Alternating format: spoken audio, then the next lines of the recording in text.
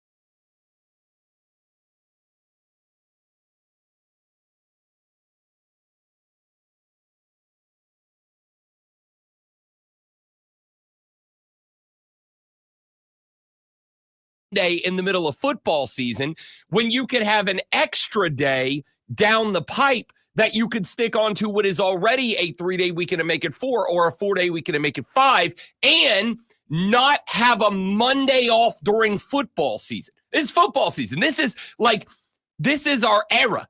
This is our football era. Why would you want a Monday off when you could take that day and take the day after a long holiday weekend off, have an extra day when football is not over, but all but over at that point, or at least college football is? Why just have some random Monday in the middle of November off when you could save it and still have that day off just in a more optimized time? So Elton or Bono, I haven't decided which one to call you. I'm good either way. Yeah, okay. Joshua Tree was a piece of art. Yeah. What have they done since then? I don't care. Joshua Tree was a work of art. Deserves more credit. I did it like Mysterious Ways. That's fair. Yeah, it was a good song. So what you're saying is it's okay to be away from them for an extended amount of time. All these people you're talking about. All right. Yeah. All these people you're talking about. You want to extend your time away instead of just taking a day off. You want to take 6 days off away from them. Instead of taking a day off, you want to take 9 days away from them. Once again, your ability to turn yourself into a victim to make me look like a jerk is impressive. Oh, you don't want to be around us. No. I'm not talking about us. I'm talking about them. All those people you talk about, the firefighters, the cops, all those guys. You want to take extended time away from them, but not just one random day. No, I'm saying even though I absolutely want to do a show on a federal holiday that is also a random Monday in November, I also need vacation, right? I also because get you it. Used up all your vacation. So no, I haven't. I got 3 days left. All right, you told me, and they will be used. It turns out I got more than I thought I did. My job's good. No. Because if I take off down the line, if I take off a day that's not a regular day, then all the other shows are working, right? If I take off that day, but Bill Ryder's not off that day, Jim Rome's not off that day, Cole and Diesel aren't off that day, Amy Lawrence isn't off that day. Do you know that they didn't work yesterday? I mean, that they worked yesterday? Do you know they worked yesterday? I don't know who worked yesterday. I didn't do a damn thing yesterday. Thank you. I jumped on the motorcycle. Because some of those guys you're talking about, they also work like Ryder works for Odyssey. So chances are he wasn't here yesterday. No, that's exactly what I'm saying. Right? So we didn't do our show yesterday, and then Ryder didn't do his. Damn good and well Jim Rome didn't do his show yesterday. Right. Cole and Diesel didn't do their show yesterday. So that means that from 6 a.m. till 7 p.m., you had a bunch of fill-ins that were stepping in. There wasn't the normal, and that's not saying that those. You don't want those guys to get a chance. Not saying that those kids aren't talented. What I'm saying is, if you are a fan, and I know you are more than anybody else in this building, a fan of routine and regimentation, right? And so if you get up in the morning, the alarm gives out a warning, you don't think you'll ever make it on time. By the time you grab grab your books and you give yourself a look, you want to turn on the dial and you want to hear what you normally hear. You want to hear what's the word I'm looking for? The routine. You want to hear your routine. You want to hear your habit, your pattern. And that's us. That's us, right? And instead, you didn't get that. You just got some dude. And that's not to say that dude, maybe it wasn't, hell, maybe you heard that dude and you went, this cat's better than Rob Brown. Why is he not on, right? Like maybe. I doubt it, but maybe. I like giving regularity and regimentation to the people that don't get holidays off, and then I'll just take my day somewhere else on a day that the rest of the hosts on this network aren't taking a day of vacation. And then at least there, even if this show's not regular, you have all the rest of it, right? Like that's the thing. So you felt like you were a minority. You felt like you were outvoted because you were. So how did that make you feel? Did you feel unimportant? Small, yes. Okay. Insignificant, unimportant. So the democratic process failed you. Yes. Where's the electoral college on vacation days? By the way, electoral college, I would win that. So I mean, you'd be in trouble there too. So here's all I'm saying. As an incumbent for like 25 years. That's not how the electoral college works. You're here already, therefore you get more sway. It's where people go, oh yeah, I know him, and they check that box. That's just the democratic process. So anyway, you got there. Texas said, hate to tell y'all, but every one of the regulars worked yesterday. Maggie and Perloff, Ryder, Rome, and Gelb all worked. All right, well, so you got the big Odyssey dudes swinging the stick. All right, good for them. Good. I'm glad. I mean, genuinely, I'm glad to hear that. I don't feel guilty about getting 2 days off in a row. I don't, because I understand, but you could have 5 days off down the line in a row. It's hard for me to do that because my importance to everything, and so because of that, having more. I mean, 4 days is too much for me as far as the process of the building working, and Oh well, as long as Lonzo's good, then everybody else. Me and Cole. Me and Cole. That's right. Me and Cole. And Diesel, all three of you guys wanted Diesel's that on off. vacation this week, so. Oh, so he was off anyway. So he would have wanted it off. Yes. So that's so basically, it works out for Diesel because he got his vacation day anyway. So he got one back because he realized it was a holiday, so he was able to take that and do what you said and extend his holiday. Well, no, I mean, he still got the same amount of days that he would have had. He just didn't waste a vacation day unnecessarily because we could have floated a day and had an extra day. I'm a big Christmas guy. We could have supported the troops by working yesterday. To say that nobody else is. Obviously, we're not. Well, you wanted one less day off around Christmas? You could have had one more day off around Christmas, and you were like, nah, random Monday in November. That's what's up. I still got a couple weeks off, so, All right, sports. Let's get to it. We have got a lot to get to, a lot to talk about. A good one last night. Miami Dolphins saved their season last night by beating the Rams. They absolutely did. What's the record? 3-6 now. Oh, wow. They're not. They're in the AFC East. I know, which is like last year's NFC South, and also this year's NFC South. Yeah, okay. I mean, they're hurt. They ain't dead, as Gary Bertier once said. They're hurt. They ain't dead. If they would have lost last night, they'd have been dead. But they fought. They had a little desperation in them. We're going to get to that later in the show. My God, the Dallas Cowboys are a disaster right now. I got to tell you, I try not to go too down the road of Schadenfreude, where you take enjoyment and pleasure out of the misery of other people. I try not to be that guy. Especially if you're that guy, you're going directly against our boss. I don't know if you keep that in mind. Listen, I do keep it in mind. And if you don't think I haven't gone down there to listen to him and moan about his football team, I don't think there's anything I'm going to say today about that garbage ass football team. And I'm not talking in terms of the people who love them. I'm talking about Jerry Jones, Mike McCarthy, and the players in the locker. It's garbage right now. I don't think there's anything that I am going to say today that he wouldn't go, yeah, that's right. That checks out. If you're going after Cole, that's okay, because that's his team too. So, I mean, How do we have 2 Cowboys fans in this building? Actually, it's probably more than that, to be honest with you. America's team, right? Not no more. Oh, well. I got to tell you right now, if I'm a Dallas fan, I don't want to be represented by that garbage-ass franchise. What a joke. What a joke. I got players out here saying, our coach can move on, go wherever he wants. I'm playing for my assistant coaches. I got Jerry Jones out here saying, Dak Prescott sucks. That's a paraphrase, but it's pretty close. I got him getting right. They got Rex Ryan saying on the air loudly with his chest saying. Yeah, but when's the last time he was relevant? He's just a soundbite, and it's a forced soundbite. I actually think Rex is doing a pretty good job. I really do. He's annoying. When I see him, I just turn the channel. He used to be something. I don't know what he is now, other than let me keep my job. I like him. He's a hot take guy. That's all he is. I don't agree. I thought you didn't like hot take guys. He's the most hot take guy on ESPN.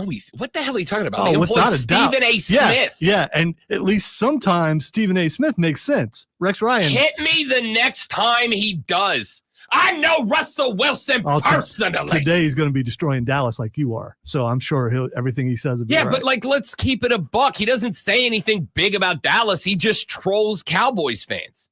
That doesn't do anything for me.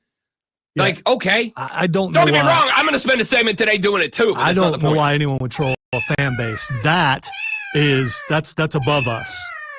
I mean, it's above me. We're going to talk about that because they're a freaking disaster. As are the Chicago Bears. The Bears. The Bears are bad. So bad that fans are writing, creating, producing, and performing parody songs on the internet. And I may have just stumbled upon the best miserable fan parody song I've ever heard.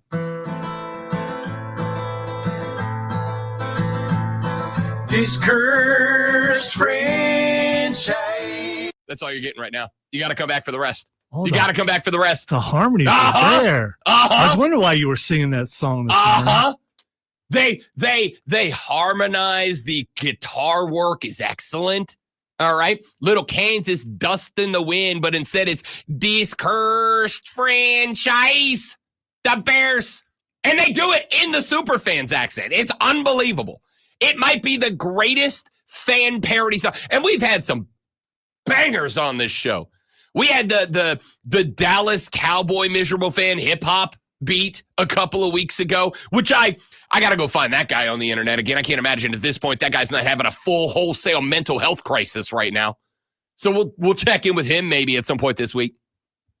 But these dudes went next level. These dudes went next level. And I loved it. We're going to play that for you later on in the radio broadcast. We got to get to some college football.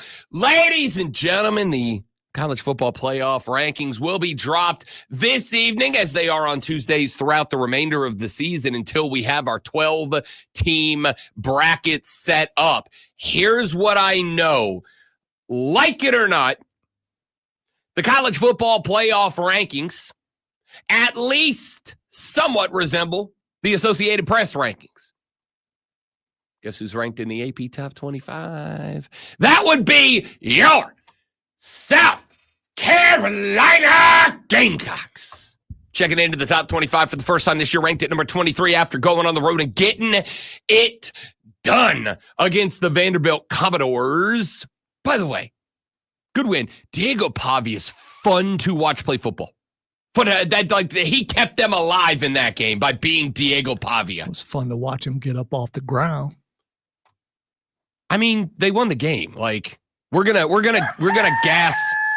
gas up the Cox all day long. But what I'm saying is, Diego Pavia is fun to watch play football. He's just a fun athlete. I think he's one of those cats that even if you're playing against him, even after you're getting after him, you got to respect what that kid does. That dude has put the Vanderbilt Commodores on his back.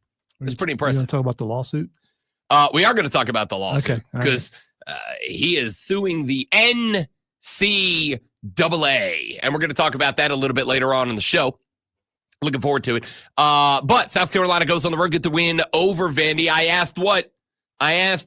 It shifted. This was the first game in a hot minute that I did not say make it competitive. I said make it competitive against LSU. You did. You got jobbed. I said make it competitive against Ole Miss. I came in here and I ran Shano through the ringer because you didn't. I said make it competitive against Alabama. You did. I said make it competitive on the road at Oklahoma. Now it turns out Oklahoma stinks. But I said make it competitive on the road against Oklahoma. You won the game. I said make it competitive the next week at home against the Colt of Texas A&M. You won the game. This was the first game this weekend that I said, nah, I'm not asking for competitive. You got to go win this game. You've got an opportunity. It's knocking right there on the door. Twist that knob and answer it. And they did. They did. They went to Vanderbilt, a place that has got some voodoo on it for top teams this year. They went in there and they won the game. It wasn't over the top. It wasn't flashy. It wasn't anything that blew you away. But I said this Friday. It feels to me like this is one of those games that you got to know what you're up against. You got to know what you're up against. This isn't a Vanderbilt team that matches up with you on paper, position by position, talent-wise. That's it. They're not on paper. They're not as good as you are. Position to position, they're not as good as you are. But they got a good coach. I like their coach, Clark Lee, a lot. They've got a fan-damn-tastic quarterback. I wonder what Diego Pavia would do if he was playing for Georgia. I don't think Georgia loses a game if Diego Pavia is there. Carson Beck's a joke. Those of y'all preseason that were telling me, Carson Beck's going to be he's going to be a runner for number 1 overall draft pick. And I said, what? I almost said, shut up, but that's not a nice thing to say. Okay? I said, shut up. No, he's not. Stop it. I said, no. Carson Beck is just, as always, surrounded by Georgia talent. Carson Beck's not good. Carson Beck went down to Oxford, Mississippi, and got it handed to him. So I said they got a good quarterback, they got a good head coach, and now they got something that makes them more dangerous than the combination of a good coach and a good quarterback. They got belief. The Vanderbilt Commodores believe they should win this game. The Vanderbilt Commodores believe that they are better than you. Their fans believe they're better than you, which means that Vanderbilt Commodore Stadium is going to be a hard place to win. Don't go down there and try to put up a hundo. Go down there and win the game. Go down there, do your thing. Run your game, win your way. And they did that. So we're going to round of applause for Shano. Dabo and the boys get a dub this week as well. We're going to talk about that one, and so do Bryce Young and the Carolina Panthers. I told you. Back after this on the Rob Brown Show in the Fan Upstate. Yeah, you picked the Giants, dude. I didn't say they were winning the game. Did I? Yes, we both did. We both picked the Giants. Don't try that. We did. We both did. I don't care. No, I'm not saying I told you they win the game. I said I told you that Bryce Young ain't that bad. Yeah, he was playing the Giants. Come on.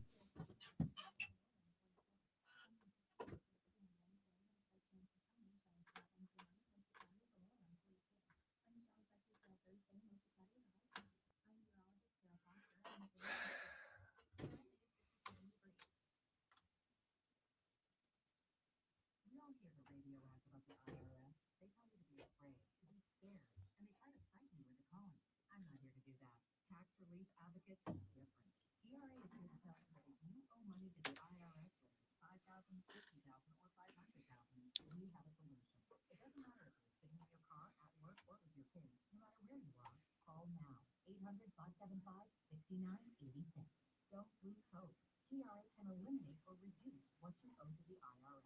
Generous programs are now available that can give you a fresh start. Our passion is taxes and helping you. I don't know. That was basically 20 minutes of me being mean. I think I'm just going to stop. I'm awake. I'm definitely awake. I didn't get all the googlies out, okay? I don't know what you call those things. I didn't get all the googlies out. I'm trying to get the googlies out. I'm making sure that they land on the console somewhere so Cole has to touch them. But I don't know what they're called. What do you call those things in your eyes? So Do you call them eyeball snot? What do you call them? Either sleep boogers or just sleep. Okay. You got sleep in your eye. All right. Yeah. Okay. Sleep boogers is mine. You got sleep boogers. I like eyeball snot better, but it's. I need you to know, Trey, I consider this an immense compliment. Bootsy Collins is just GOAT level. No way Rob can move around on platforms. There's no way. I wore platforms once. Once. As Gene Simmons for Halloween. Okay. Big ones. Oh, I've tried to. My cousin had a tribute band, cover band, something for Kiss. So they had all that stuff, and I tried them on. Nearly fell down the stairs. It was bad. I was disturbingly fine with it. You just got to be methodical in your. Once you figure it, it's like yeah. anything else. Once you figure it out, you're good. So I'm loving the videos saying that they moved to the right hash mark on purpose so Kansas City could block the kick to win the game.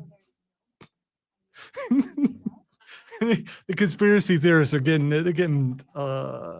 pretty bad.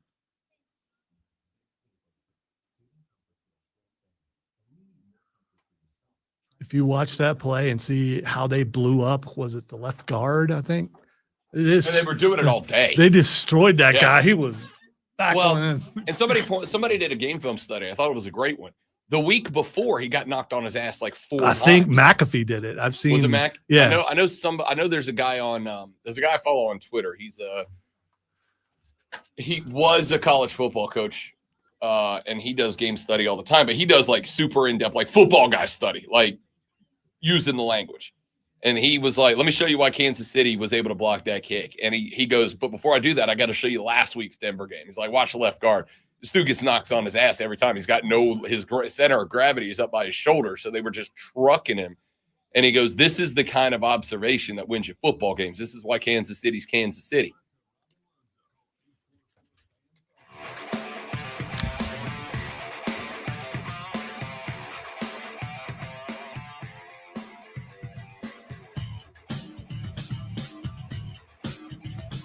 Let me make something real clear, real quick.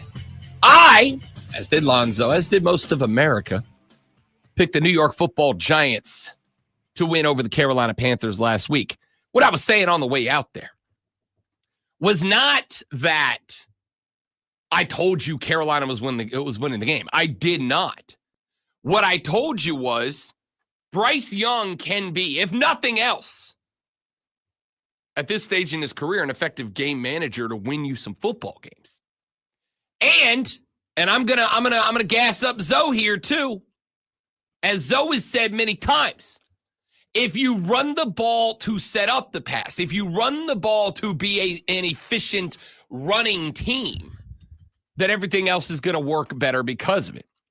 Chuba Hubbard got the 28 carries that Rashad and Lonzo have been begging him to get. He ran for 153 yards and a tutty, and what did it do? It opened up the field for Bryce Young to be an efficient game manager. Did Bryce Young blow you away with his performance on Sunday? No. At least I hope not. If you were blown away by that, you're probably like a Paul Johnson at Georgia Tech kind of fan. It didn't blow you away. Yeah, they maybe win one more game on the season. I need them to win one more game for my over bet to cash. Okay, and that one more game would be Dallas. You got the Chiefs coming up on the 24th. You got the Buccaneers at Philly, back home for Dallas, back home for Arizona, on the road at Tampa, on the road at Atlanta. I agree with you. This team's probably finishing 4-13. And 4-13 is at best. They could very well finish 3-14. Could finish 4-13. Math is hard. It's why I'm a words guy. They could very well finish with 4. They could finish with 3. I don't think they're finishing with 5.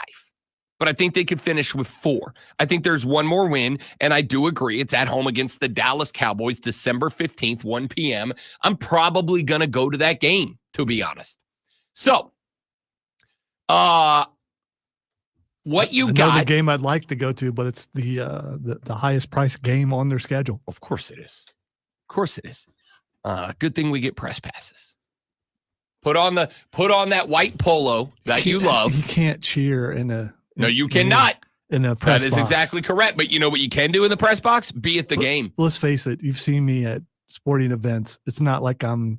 Well, at this one, I was going to say you're most elated at a sporting event is like, oh, look, Lonzo smiled. That's fun. That's fun. We must be having a real good time. I think you got what you needed out of this game. The game plan starts with run the ball. The game plan starts with Chuba Hubbard. And keep in mind, Miles Sanders went out of this game with an injury. I mean, I am kind of interested why Raheem Blackshear is not getting any touches out of the backfield. Any. We'll see. We'll see if we see him. By the way, did the Panthers actually activate John Brooks? The window for activation was yes, they did finally activate him. He did not play this weekend, but they did activate him, which means I got to imagine we're going to see him next time out. Carolina's on the bye this week, and then they've got the Chiefs next week. Do you break out John Brooks for the Chiefs? We'll talk about that when we get a little closer. Here's what I do know. What I know is you ran the hell out of the ball. Chuba was giving you 5.5 a carry. What I do know is BY showed you that he can be a smart scrambler, not a electrifying. He ain't Michael Vick. We all know that. He ain't Lamar Jackson. He ain't Josh Allen, and we all know that. But I don't need him to be. I need him to be an efficient scrambler, a smart scrambler. I need him to scramble the way I needed Tua Tagovailoa to scramble, but need Tua to never. By the way, Tua, what the hell are you doing, bud? If you're a football player, you can't pull that back. You can't. And that's why he's a danger to himself. You gotta learn. Like, I get it. If you don't know what we're talking about, Tua tossed a pick last night, and then Tua got in on the tackle, and he tackled him by throwing his head into the guy's knee. Tua, literally anything else is fine. Let that guy score. There was a whole ass offensive line around you. Let them do it. Tua's the only guy that if he throws a pick, if I'm Mike McDaniel, I'm like, hey, Tua, you throw a pick, you get your ass on the bench. I don't care if that guy's running it back 99 yards from the other side of the field. The minute you realize it's a pick, straight to the bench. Do not pass go. Do not collect $200. Take your rattling around in your head noggin over to the bench and have a seat. I don't need you in on any tackles. All right. Anyway, I think Bryce showed you he can be an efficient scrambler. Not great, but again, he's a rookie. All right, he's a rookie. 15 of 25, 126, a touchdown, and an 86.4 QBR. I'm good with that. Okay? I'm good with that. That's the kind. And by the way, did you not feel, and I will say this, there were 2 or 3 that were bad throws. It's just a bad throw. He just missed the guy. 2 or 3. There were also 2 or 3 just drops. Just outright drops. Just bad drops. Bryce Young's number in an ideal world, in a there's no drops world, Bryce Young's probably closer to 18 of 25 for 190 and a touch, maybe 2. But he's probably closer to 18 of 25 for 190 and a touch, maybe 2 touches.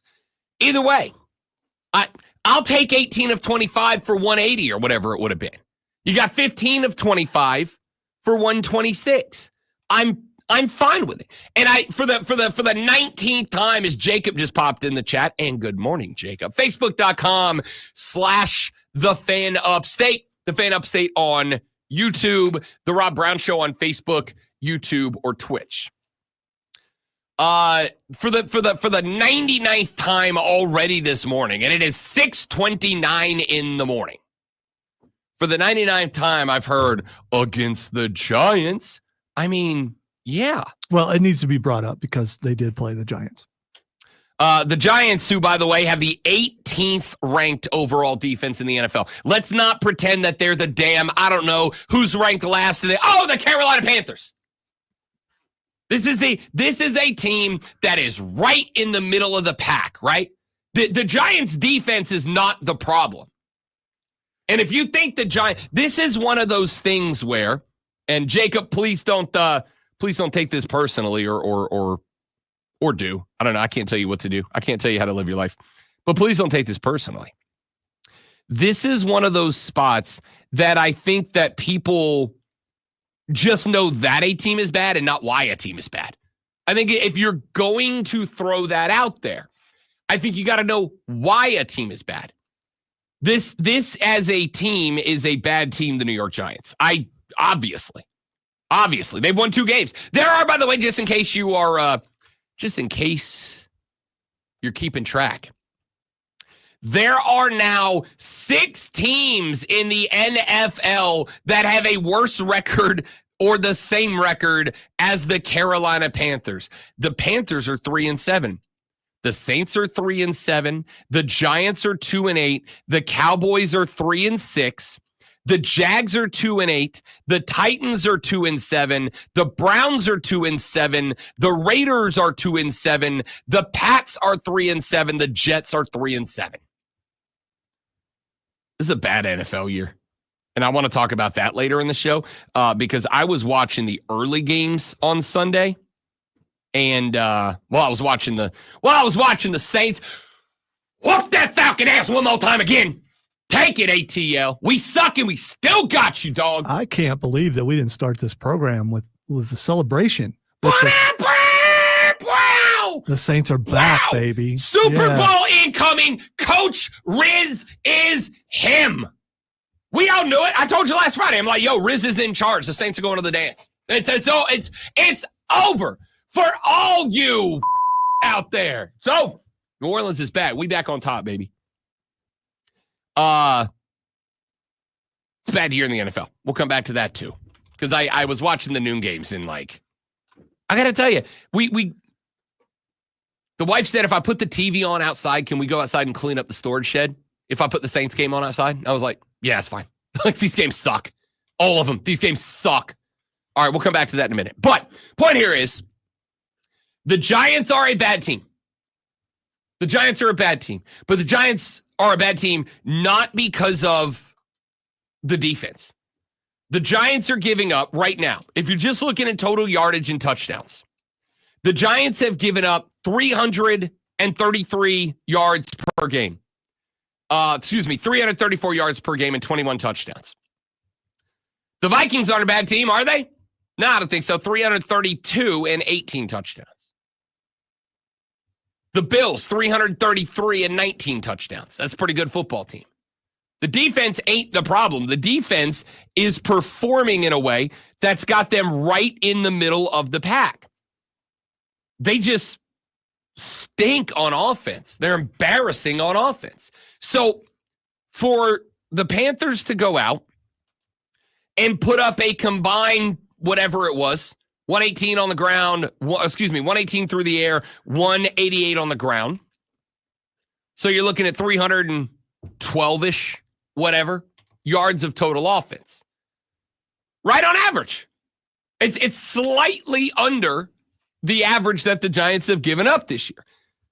And then you got to take into consideration that, yes, both teams had to do it, but take into consideration the fact that this was after a long flight, not just across the pond, but across the pond and then halfway across Europe to Germany to play this game. You're playing it on a soccer pitch, which have historically been craptastic surfaces to play on. I'm not unhappy. You ran the ball well. You used Chuba Hubbard having a career day to open up the field for everybody else. And Bryce Young was efficient with the ball. 3 drops that would have got him up to closer 180, 190 yards altogether. Touchdown. No interceptions. It's a foundation, people. A ladder. You don't go from the bottom rung to the top. You go from the bottom to the first rung, then the second, then the third, then the fourth. And you knew this whole season was just going to be a matter of getting 2 or 3 rungs underneath your boots. We're going to talk more Carolina Panther later on in the show. There's a lot to get to. Also, here's the biggest issue. Did an NFL player poop his pants, Lonzo? He said on Gatorade. Okay. You know that ever famous brown Gatorade that they serve? It's kind of yellowish. It's definitely. Yeah, you put some dirt in there from the ground on with the yellow. It's going to have that Justin color. Houston said, "Hey y'all, I sat on some Gatorade. Just chill." Back after this on the Rob Brown Show in the Fan Upstate. If they were still required to wear butt pads, you wouldn't have seen it, or it might have been worse. How big was your butt pad? No, it's that little. No, I know the coccyx protector. Yeah. Like mine stopped like right above the crack. Mine went from like here to here, like right above the crack. I just made Lonzo look at my butt. I didn't do it on purpose. He didn't point it. He didn't point to his butt. I think he was pointing to his back.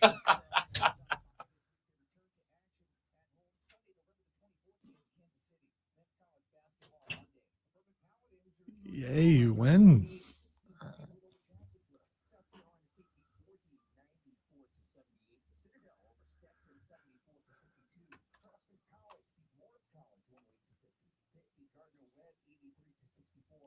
Criticized for being attentive.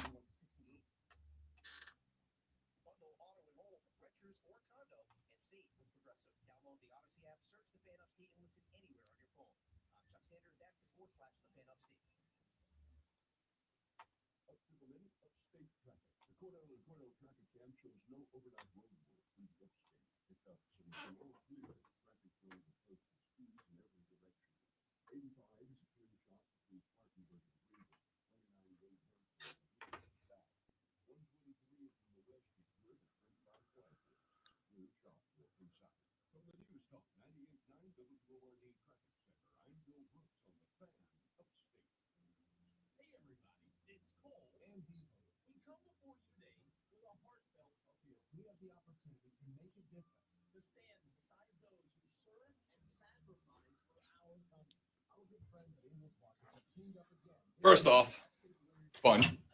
Second off, did you see the first reply to that tweet you just sent me? Huh. Our own JD Wyatt of the Armada. Was it? Okay. Responded, Colombia? So the 42 monkeys left transformed together to form one gigantic monkey to become Bigfoot? That's my conclusion. Well, the monkeys that escaped are only 6 pounds, so I'm trying to figure out, okay. No, they Megatroned into one big monkey. Right. I'm trying to think 6 pounds times 40. That's only 100. Oh, that's 240. Yeah, okay. I mean, it's a small Bigfoot. It has been sent out by WLTX meteorologist Daniel Bonds. Daniel Bonds. Tweet, quote, I will let you come to your own conclusion about this.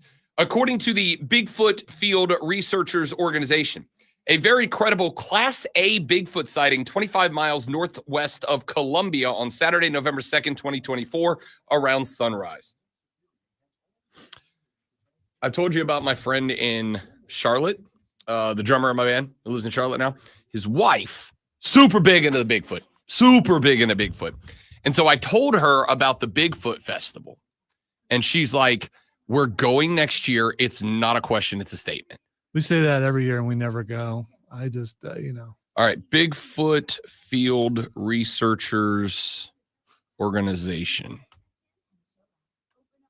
Do they have a website? Yes, they do. Of course they do. Everyone's got a website. Am I going to their Facebook page?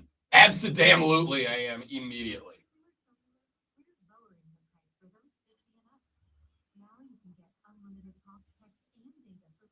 Oh.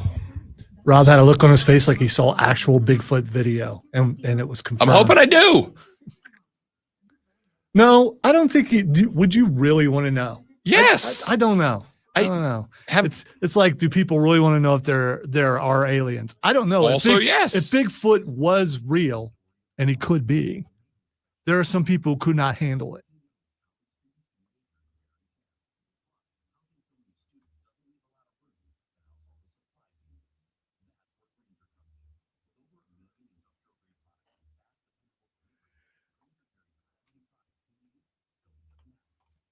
The witness is a police officer who was hunting deer on his family's hunting lease. He was in a ground blind on the edge of a power line route. The creature was roughly 20 yards away for roughly 30 seconds before it walked away.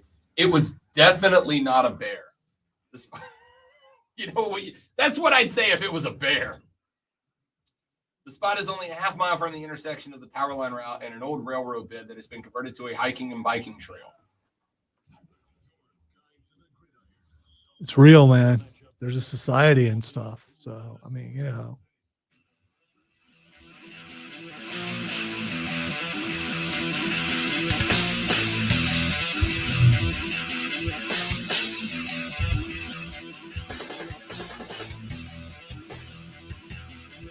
South Carolina gets the win this weekend on the road over Vanderbilt. They go knock off Diego Pavia and the Vanderbilt Commodores, which is a good win. It's exactly the type of win you needed to have. Did it blow anybody off the page? I mean, you'd initially gut reaction, knee-jerk reaction, say no, 28-7 is your final.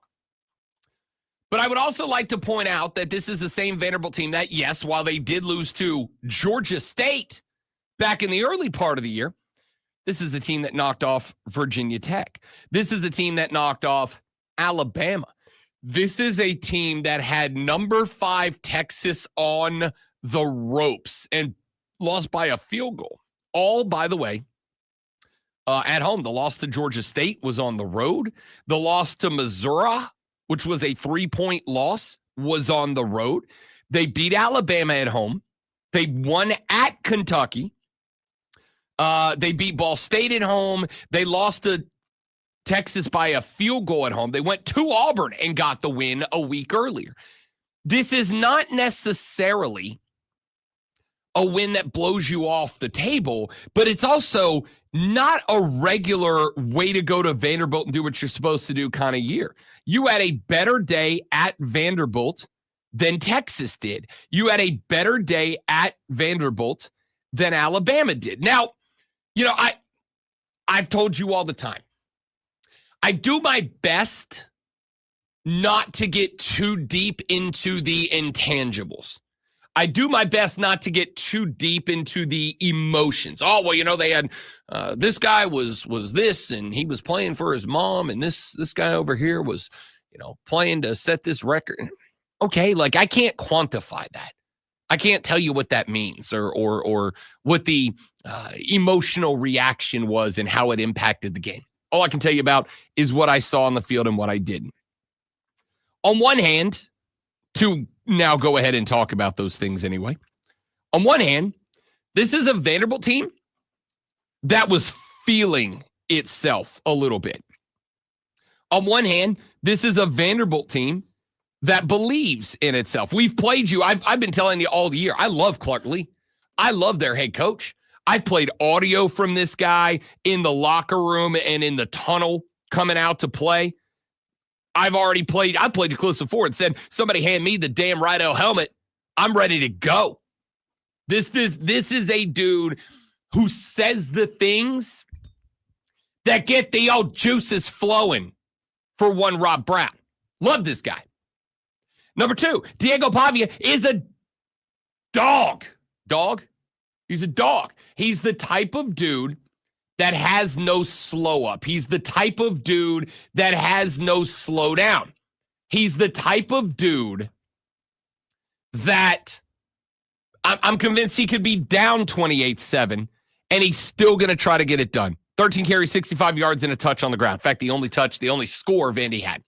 I like Diego Pavia a lot. And we said coming into this game, the good news for South Carolina is that their strength, we talked to Chris Miller, the host of the South Carolina Gamecock pre- and post-game show on Friday. And I asked him the same question that I ask most people that come on the show. Your team can win if blank. And he and Lulu Keston of the Greenville News, who we had on Thursday, both had the same answer. If the two defensive ends prove once again why they are the best defensive end combination in college football this year. And they did, in my opinion. They did. They limited the run game, 13 carries, 65 yards for Pavia. No other ball carrier for Vandy had more than 30 yards in this game. Cedric Alexander, no, not that one, had 10 carries for 30 yards. That's the bet. Nobody else had double digits. Nate Johnson had 7. A.J. Newberry had 4. Moni Jones had 2. Vandy ran for 108 yards. I'll give him that. You know what South Carolina did? They ran for 214 yards, including a $126 and a couple of tutties for Raheem Sanders. Lenoris had 13 totes for 38 yards. And by the way, if there was a way to track, I may go back and do this. I just thought about this now. If there was a way to track yardage accumulated by a quarterback after contact had been made with the quarterback in the backfield, I'm talking yak yards for a quarterback after avoiding a sack, I got to assume Lenoris Sellers would be leading the country right now. Because Vandy had him dead to rights. Like 15, 16 yards behind the line of scrimmage, down by the goal line, had him dead to rights. And somehow he gets out of that, slides out of that, and gets back to the line of scrimmage. That was like a solid 15 yards of rushing that goes down as a 0. He's a large young man. He's very elusive, and he's going to get bigger and stronger. He's young. He's thick with multiple C's on the end, and he's slippery as hell, man. Like this is a dude. I said this last week, and I'm going to say it again this week because it's true. Every damn one of y'all that said Lenoris Sellers is the problem, y'all owe that man an apology letter and like an edible arrangements or something. I was so excited, if you remember, at the beginning of the year about his possibilities and how he's only going to get better, and he's continued to improve. I do want to point out, and I'm willing to. I'm not going to say willing to own it because I wasn't wrong. I'm still not wrong. I'm pointing out that my biggest complaint through the first 5 weeks of the college football season was what? Lenoris Sellers isn't getting good fast enough. I said quarterback development is a problem for me right now. And because of that, I think the game plan and I think the offensive play calling might be limited in a way that is damaging South Carolina. And I was ready to hang that on the hands of Dow Loggins. Let me be the first to say, I think we owe Dow Loggins an apology too. I think we owe Clayton White an apology too. And this is very interesting to me. And it's very interesting to me because at the end of last year, do you all recall what the chorus of critics was singing about the Gamecocks of South Carolina? Shane's got to fire his coordinators, get rid of his buddies, and get some new dudes up in here. Remember at the end of last year, it was people going, Clayton White ain't it. Dow Loggins ain't it. These guys ain't it. And I got to tell you, here we are after a win against Vandy. I haven't even said this yet. Let's make this clear right now. We said coming into the year, what was our floor? What was the lowest expectation for the South Carolina Gamecocks? I said at the beginning of the year, this is why I do it every year. I asked Gamecock fans to give me your dream scenario realistically. And I asked Gamecock fans to give me their least realistic expectation, right? Or excuse me, your worst expectation? What is the best you can do, and what is the worst you can do and be okay with it? And I would say that however I phrase the question, every damn one of y'all said bowl eligibility or GTFO. Bowl eligibility or it's time to make a change. Ladies and gentlemen, after 9 football games, the South Carolina Gamecocks are going bowling. It's official. They're 6-3. They got 3 games left to play. And not just 3 games left to play, but they got 3 games left to play, 2 of which they will be favored in. I absolutely believe the South Carolina Gamecocks are not just going to be favored over the Missouri Tigers. Lonzo, here's my prediction. I haven't looked it up yet. Gamecocks are going to be favored by double digits in this game. Wow. Gamecocks are going to be favored by 10 or 11 or 12, somewhere in that range. I'm predicting it'll either be 10.5 or 11.5. And I'll look up the line here in just a minute. Gamecocks are going to be favored by double digits in this game. There's 7 wins. If I would have told you, Gamecock fans, if I would have told you a week before the season this team was winning 7, you would have said, dope. Sweet, bro. If I'd have told you going in, they were going to go 8-4, you would have said, come on, man. Like, I'm excited. I think we're in the right direction, but 8-4? Here's the thing. If I would have told you that 9-3 was on the table, and let's be very clear, it is. Because I'm sorry. Clemson. I'm not saying you're worse than South Carolina. I'm saying you're beatable by South Carolina. That Louisville L did a lot. South Carolina's got 9-3 on the table right now. I don't think they're going worse than 8-4 because I don't think Missouri is beating them. And respectfully, I don't think Wofford is going to pull an upset of the millennium, right? There's 8-3. Now, not that the Clemson game doesn't matter. It absolutely does. But there was a lot of us that wondered if that Clemson game, if the result of that game was going to determine whether or not the Gamecocks were bowl eligible or not. It's irrelevant now. It's relevant in terms of the pride and the rivalry and yada, yada, yada, obviously. Like, it's relevant in terms of all those things. But in terms of whether or not the Gamecocks are going bowling, that is now an irrelevant game. You are. Question answered. So I think we got to give Clayton White some flowers. I think we got to give Dowell Loggins some flowers. And I think a lot of y'all, and by y'all, I mean us, I think a lot of us owe Shane Beamer some flowers because a lot of y'all were ready to string that young man up by his pinky toes this offseason. Oh, you're sticking with the wrong coordinators. You don't have the stones to make the changes that you need to make to bring in some good offensive and defensive coordinators to get that. And that's fine. Except for he said, gotta stick with me here. I got a plan. And would you look at that? Now he gets to look the camera deadpan halfway through and say, I love it when a plan comes together. Because these 2 coordinators, I think it took some time. I think it took a little bit of development. I think it took a little bit of patience. I can't whistle. But. Thank goodness. But. He put it all together. The coordinators put it all together. And what'd you do? You went to Vandy and you beat him exactly the way you were supposed to. Actually, beat him worse. You covered the spread by a lot of points. Thank you very much. Cha-ching. These 2 coordinators deserve some flowers, kids. Dowell Loggins and Clay White deserve some flowers because they have been dialing up excellent game plans.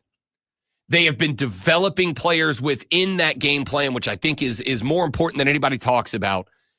And Shane let them work. And boy, did they cook. We'll talk more of that. We'll get into Clemson's win and their setup against Pitt this weekend and more, all coming up after Lonzo seduces you with this Sports Flash. The Miami Dolphins knocked off the LA Rams last night, 23-15. Quarterback Tua Tagovailoa was tested for a concussion after taking a shot to the helmet, attempting a tackle on an interception. Shouldn't do that, but stayed in the game, going 20 of 28 for 207 yards and a touchdown. Miami improves to 3-6, while LA falls to 4-5. Cleveland Cavaliers improved to 12-0 with a 119-113 win over Chicago on the back of a 36-point effort from Donovan Mitchell. The unblemished record makes them the 8th team in NBA history to go unbeaten through the first 12 games. We are 4 days away from boxing history as a knockout machine. Iron Mike Tyson takes on the most punchable face in boxing, Jake Paul. Stay tuned right here for the hype leading up to the fight, which goes down Friday night. Tune in this Friday at 6:30 as the Furman Paladins take on the Tulane Green Wave in hardcore action. It's Furman versus Tulane right here on the Fan Upstate.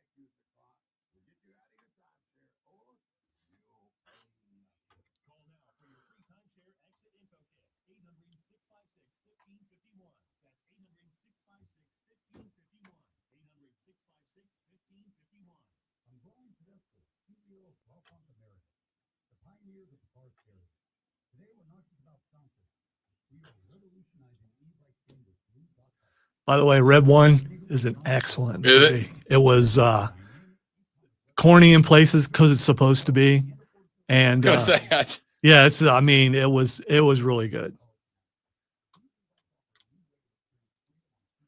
And my wife, who has already been watching Christmas movies on the Lifetime channel or wherever she's watched, Hallmark channel, loved every second of it. The Miss Lisa seal of approval. Yes. So don't take kids out. It's an adult Christmas movie.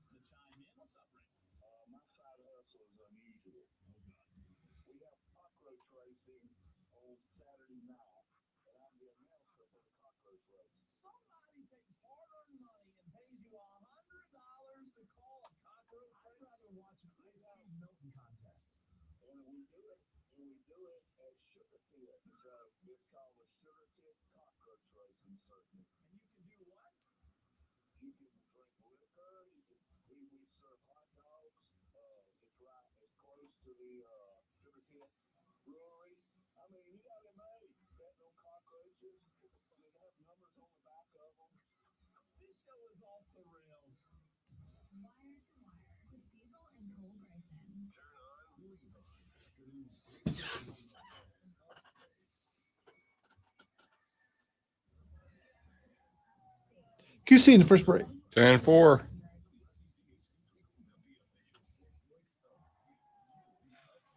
Bum, ba-dum, bum.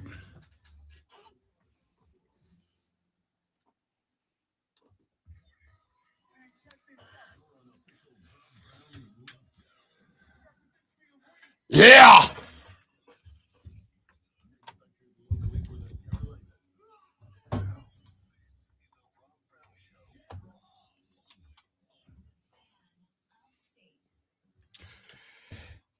And away we go. Our numero dos of the Rob Brown Show. The Money Hour starts right now. Welcome back, ladies and gentlemen. This is the Fan Upstate. Tremendous as always to have you here on a Monday, on a Tuesday morning.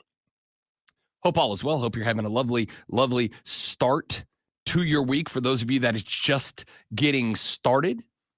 For those of you that had to work yesterday, sorry about it. Do want to thank those of y'all that had to go out yesterday and, keep the world a-spinning. We appreciate it. Those of us that, so I slept in all the way till 8 p.m. a.m. yesterday. Yeah, I slept till like 7:45 and said, I'm staying in bed till 8. I'm not getting out till 8. The lady friend had to work yesterday. She got up. She left for her office very early. The dog asked to go outside. And as she's leaving, I'm like, can you take the dog out? She's like, nope, I'm late. Okay. So I got up to the dog bed. Then I went back to bed. I put on a YouTube video about the fall of the Byzantine Empire. And I fell back asleep. It was spectacular. Isn't it Byzantine? Who cares? What are you, a history dork? No, you are. History nerd? You are, so I'm surprised that you got that wrong. South Carolina. What did I say the spread was going to be about this game? I said double digits. Remember what I said it was going to be? Either 10.5 or 11.5, I think, or something like that. I don't know. It's exactly what I said. You know what it is according to BetMGM? 12.5. South Carolina's minus 12.5. Minus 450 on the money line if that suits your fancy. That's impressive, Bob. 12.5 point favorites after their win over Vandy this weekend, which is a combination of respect being given to the Vanderbilt Commodores, especially playing at home, and recognition that the South Carolina team is good now. And I'll have you know, before anybody goes, stop it, Rob, I do want to point out, I was dogging this team after the Ole Miss loss. Dogging the hell out of this team. It doesn't help that you're doing all that and what you're wearing. I mean, it's just, Listen, you give me a hockey jersey with my name on the back, I'm wearing it every day, right? I don't even care if I dislike those look like Gamecock colors. I'm just saying. Oh, they are. Be very clear. It looks like a Gamecock jersey. It is. It is. Look at that. It says Carolina on the front. Sure does. And with all that being said, you want to sincerely and thoroughly off the great one and find me a way to get a Clemson hockey jersey with my name on the back and my number on the back, and I'll wear that too. All right. You're right. It will bother me. I know. It might bother me worse than the sunglasses. I don't know. Maybe. Not only will I wear it, I will buy a purple pair of these sunglasses to match it. Okay? We'll get great one really heated up in here. That's what everyone wants, I'm sure. Somebody find me a customized, personalized, as this one is, a customized I'll tell you this. How much am I committed to that? Just so we're clear.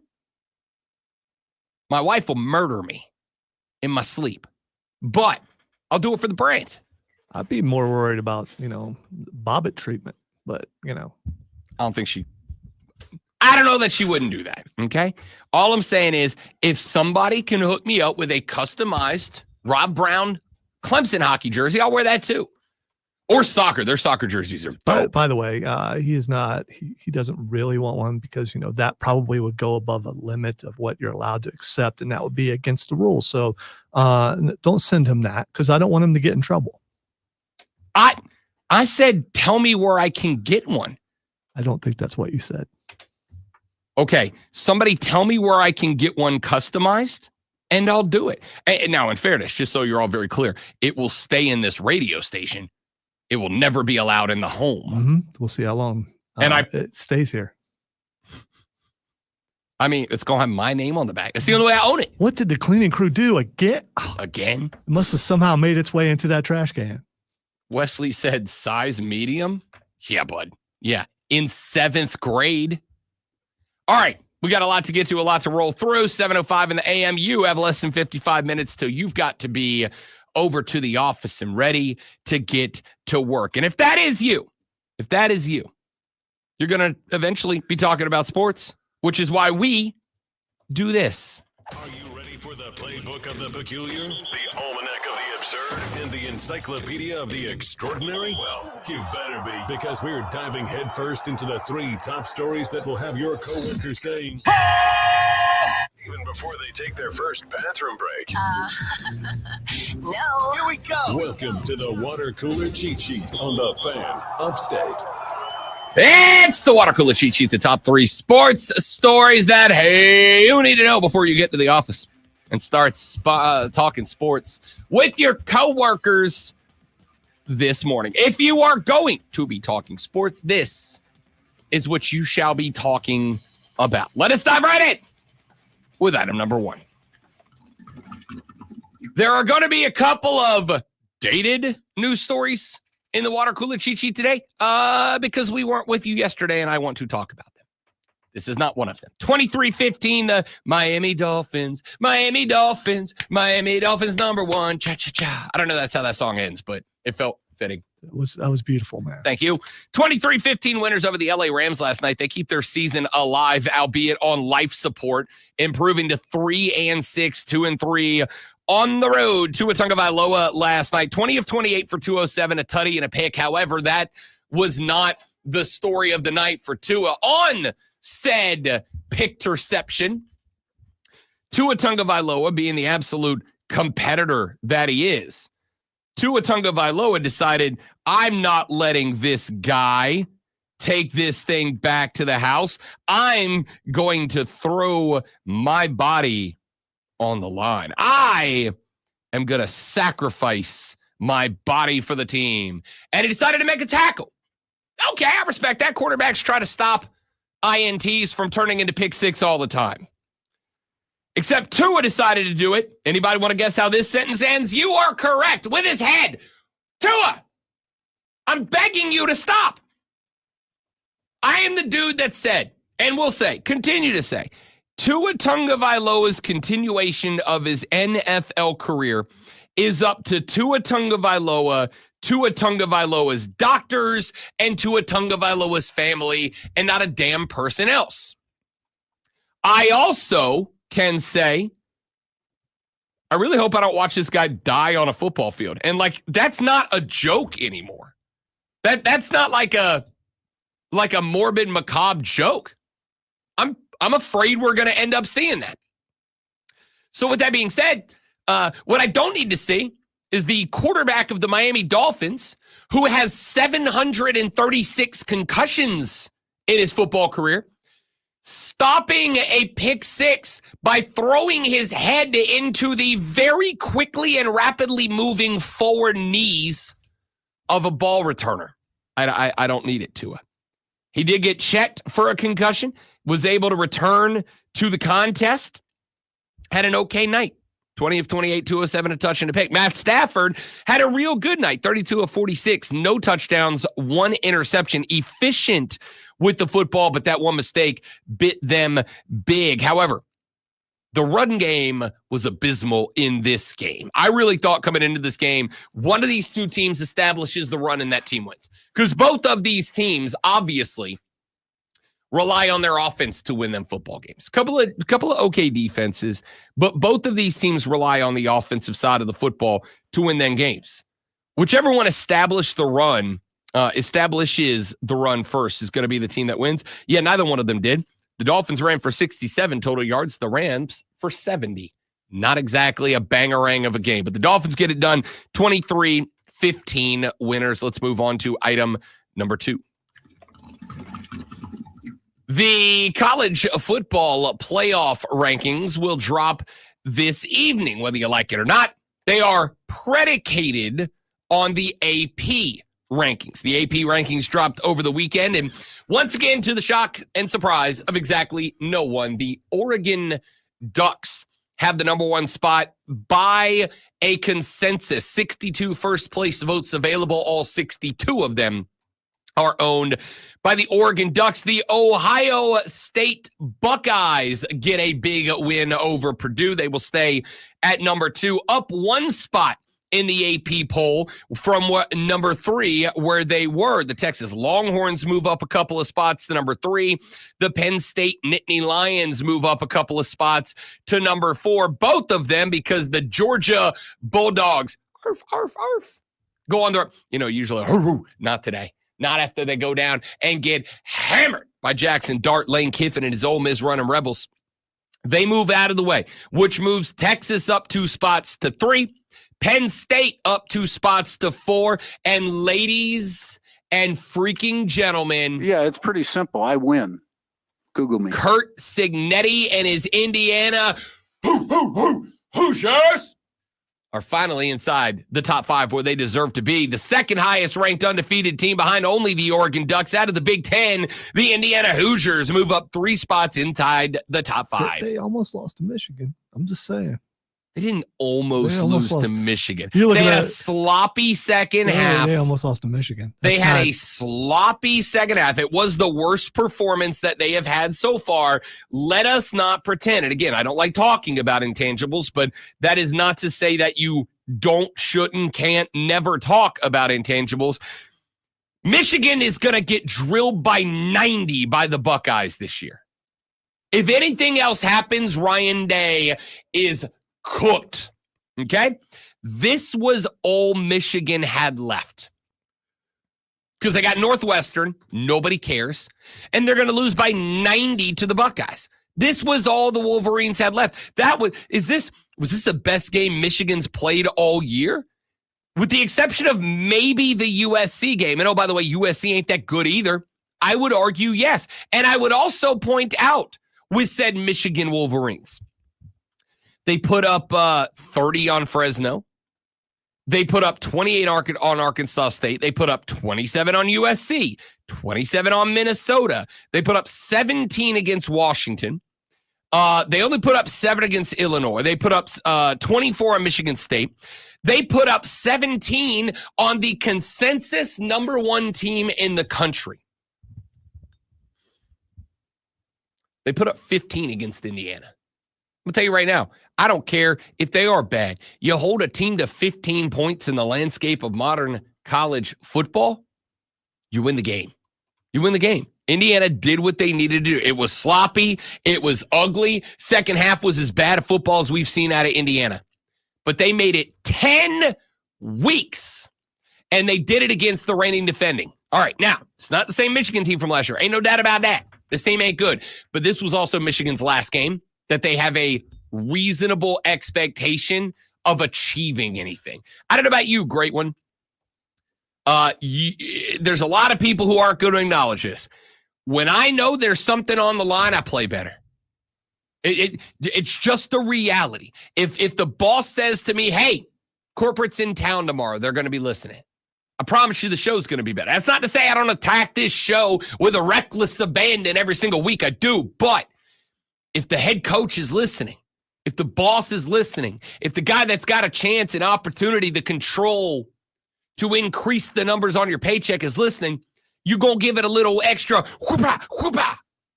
You're going to come a little harder when you fight whatever fight you're fighting. Michigan's got Northwestern. Nobody cares. They're going to get beat by 90. This was the last chance Michigan had to do anything of any significance this year. I think you got the best shot Michigan had. The way you're wording that, they do have a chance to do something significant. They can knock off Ohio State and get Ryan Day fired. They could absolutely do that. No, they can't. Well, I hope you're right. We'll see. If Ohio State loses to Michigan, Lonzo, I'll fly to Columbus and fire Ryan Day myself. I'll do it myself. No problem. I've got some places you could stay so you wouldn't have to pay when you get there, unless you're just going to jump on a plane and come right back. Number 6, Tennessee moves up 1 spot. 2 spots up is BYU at 9-0. Notre Dame is at number 8. Alabama back inside the top 10. Of course, they're the top-ranked 2-loss team in America. They can't be anything else, can they? 7-2, Alabama moves to number 9. They are 1 spot ahead of 8-2 Ole Miss, who jumps up 6 spots, the biggest mover of the weekend after knocking off Georgia.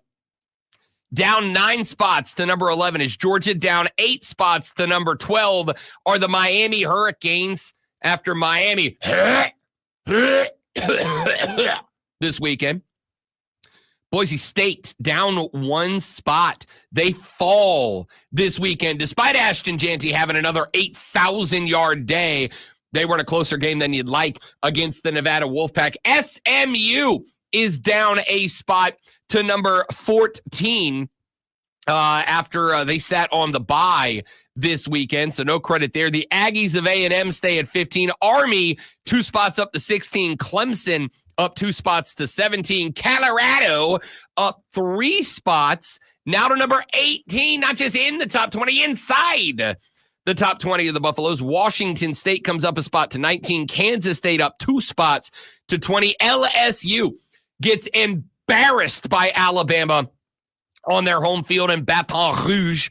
They are 6-3, down 7 spots to number 21. The Cardinal up 3 spots to number 22, and then at 23, there you have it, 6-3. Not ranked last week, ranked this week. The South Carolina Gamecocks. Mizzou is number 24 at 7-2, and the Tulane Green Wave check in at number 25. That's your AP top 25. And finally, and very quickly, item number 3.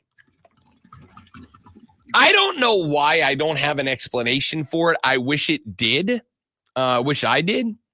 Didn't have nearly, and if this is on me, if this is my bad, please hit me with it. But we didn't really get as much NASCAR in this year as we usually do. NASCAR was kind of a back burner this year for me, and it's usually not.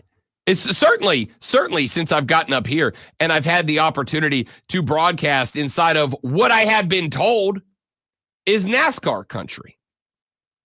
But there wasn't really, and this is why I've said you guys are our programming directors. You guys tell us what you want more of and less of, and you will get it. Not a lot of NASCAR love this year. Not a lot of people calling me up, hitting me up, saying, Rob, what do you think about blank in the NASCAR world? We had a couple of stories that popped up here and there, but it was less about racing and more about drama. Well, NASCAR crowned a champion this weekend. Joey Logano ends up being named the champ. He was, and this is a weird sentence to say, Joey Logano was eliminated from the playoffs at the end of the second round and then went on to become your NASCAR Cup champion. Logano was added to the round of 8 after Alex Bowman's disqualification after the second round. Immediately went to Las Vegas Motor Speedway and won the third round opener, shuffled him into the Final Four, made Logano the first driver locked into the winner-take-all finale at Phoenix with 3 weeks to prepare for that final run. And boy, howdy, did he capitalize his third NASCAR Cup Series championship, a near flawless drive to hold off Ryan Blaney, his teammate, and give Roger Penske and Team Penske Racing their third major motorsports title in less than a month, their third consecutive NASCAR title.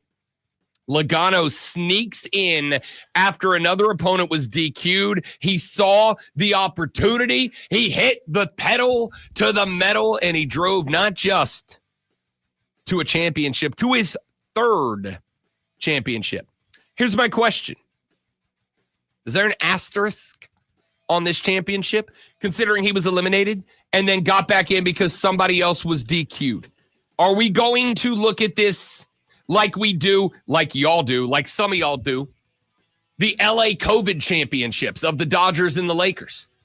Championships that to this day are still discussed as being fraudulent, fake, asterisk. Are we going to put the same on Joey Logano?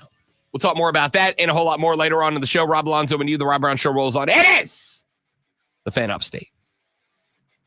QC. All right, guys, quick read. We're coming right back. Stay right there for me, please, and thank you.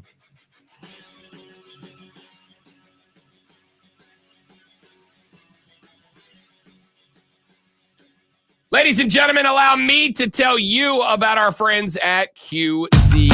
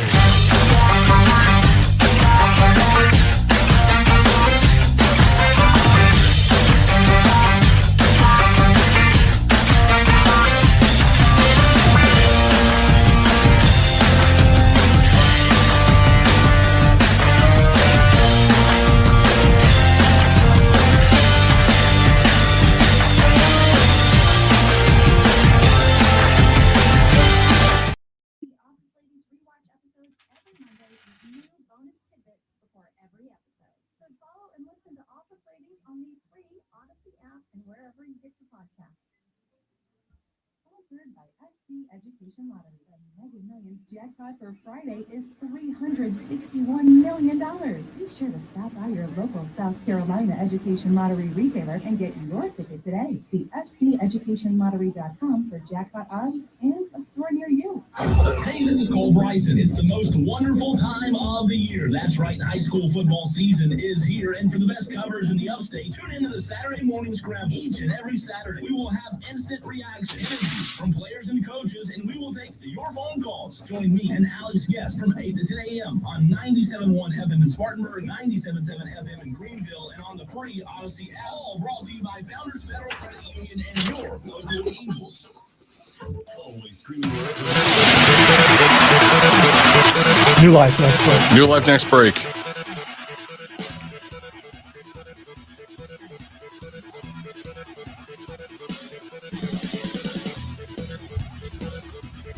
The Rob Brown Show continues. It's the Fan Upstate. Rob, the great one, Lonzo, with you. I want to jump on something very quickly here that I think was kind of interesting. Lonzo, I think the NFL may have a real bad year this year.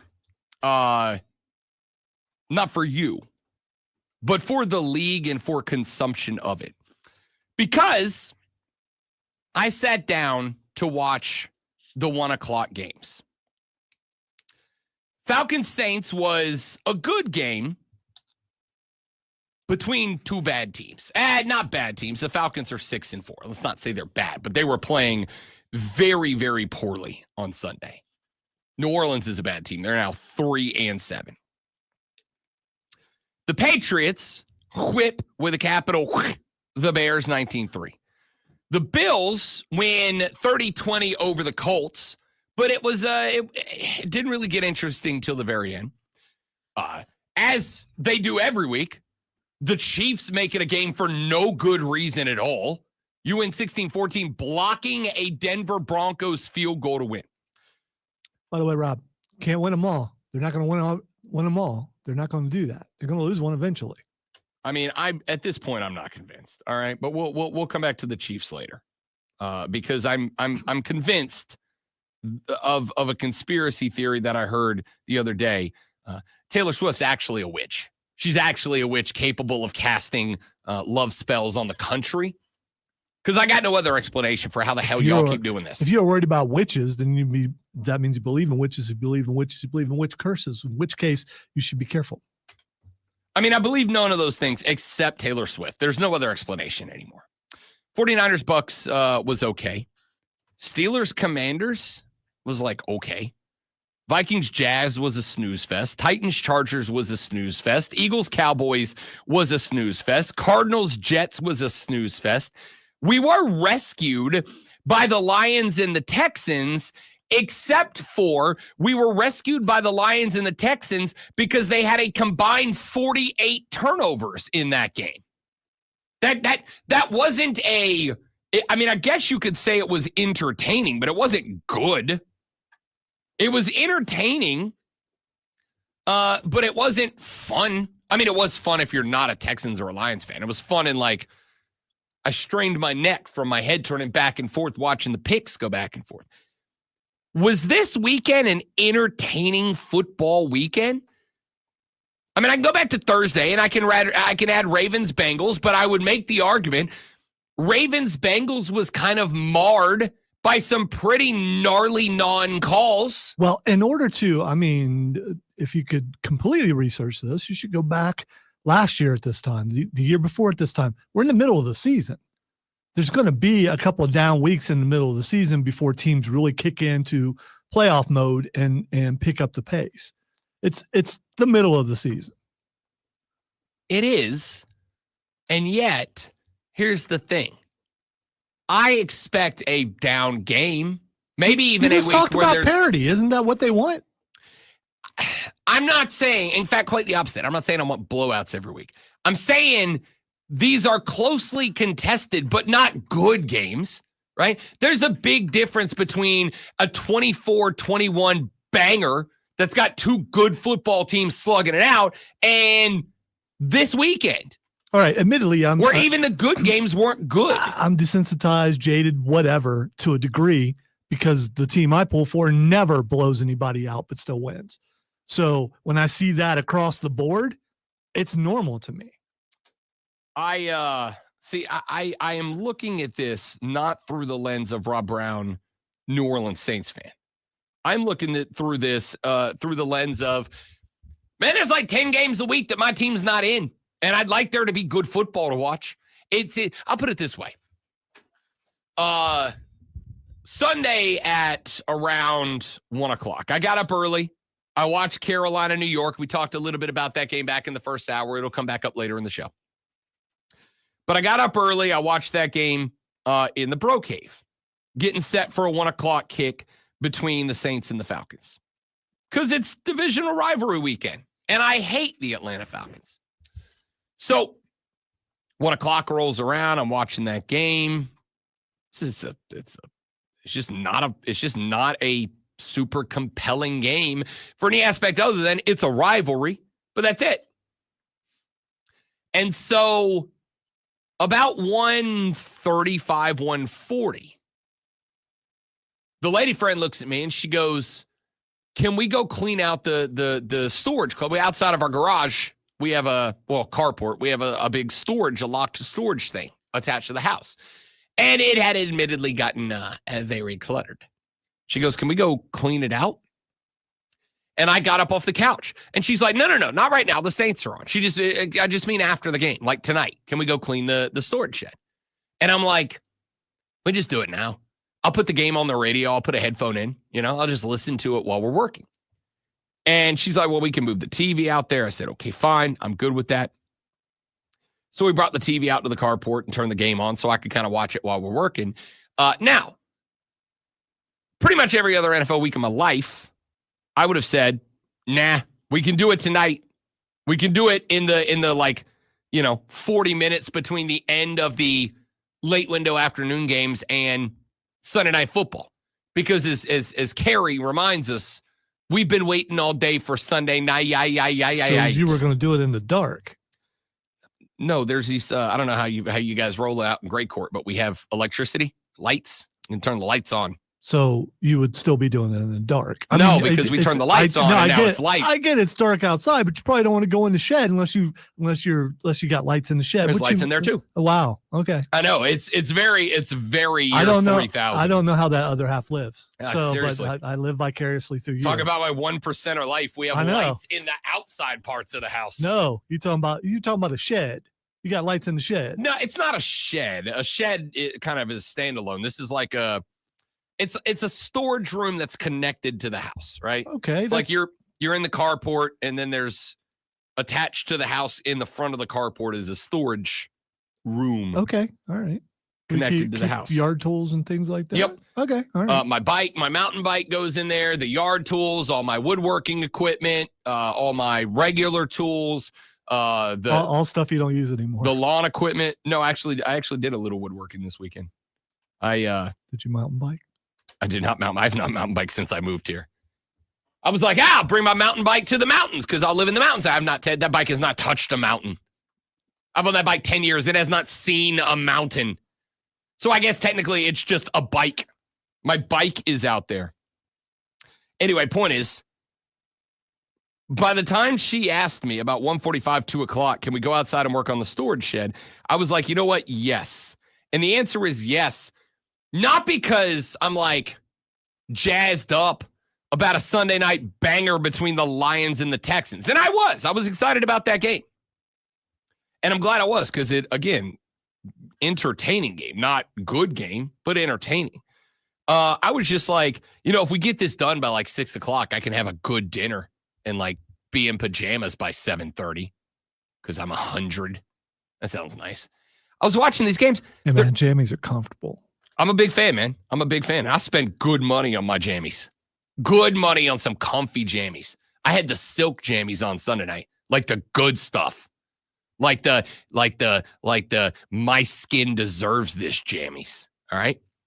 I did my moisturizing. I put on my silk jammies. All right. I poured myself a nice glass of bourbon and I sat down and I show prepped until this part's not a joke, Lonzo. I show prepped until like 9 o'clock. And she's like, what are you doing? I'm show prepping. She's like, aren't you off tomorrow? And I went, damn it. I am. I got to say, ain't nobody surprised by this story. I totally blanked. Because again, those days I usually work. I even ask to roll the show solo so I could have my extra vacay day. But I got shot down by my coworkers who all said, no, we want a random Monday off. We don't want to attach this to all the other holidays later in the year. We want to be off now. On behalf of the majority, words from DX come to mind. Anyway, the point here is the NFL, is it me? Am I overreacting to like 1 3-hour window? Or does it feel like competition in the NFL is a little bit down this year? Lonzo's right. I ask for parity every year. And for the most part, we're getting it. Except in the AFC East, where the Bills are 8-2 and nobody else has more than 3 wins. The AFC North is a 2-horse race now, although the Bengals aren't dead yet. The AFC South is full of 3 bad teams and a Houston Texans team that does not feel like they felt coming in. The AFC West looks like it has a couple of good teams, but really, let's be honest, it's a Chiefs world we're all living in it. The NFC East has 2 7-win teams. And by the way, as much as I love the Commanders, and I hope I'm right about the Commanders, they don't look great right now. If you throw this up comparatively to baseball, you'd be saying baseball is having a good season right now. I don't think I would, dude. Because if I put these in the final records of the baseball teams, they're barely above 500. And the same thing happens with NBA. There's no comparison between baseball and football in that regard. If the NFL teams were playing 162 games, we'd have the talk. But they don't. I got 2 teams in the North. I got 1 team in the NFC South. I got 4 average teams in the NFC West. I want parity, but like it just feels like, are the teams not good, or are they just all really mediocre and taking it out on each other? I don't know. It just feels like a weird year to me. Maybe I'm overreacting. Back after this on the Rob Brown Show and the Fan Upstate. Good life. All right, guys, quick live and we're back. Stay right there, please, and thank you.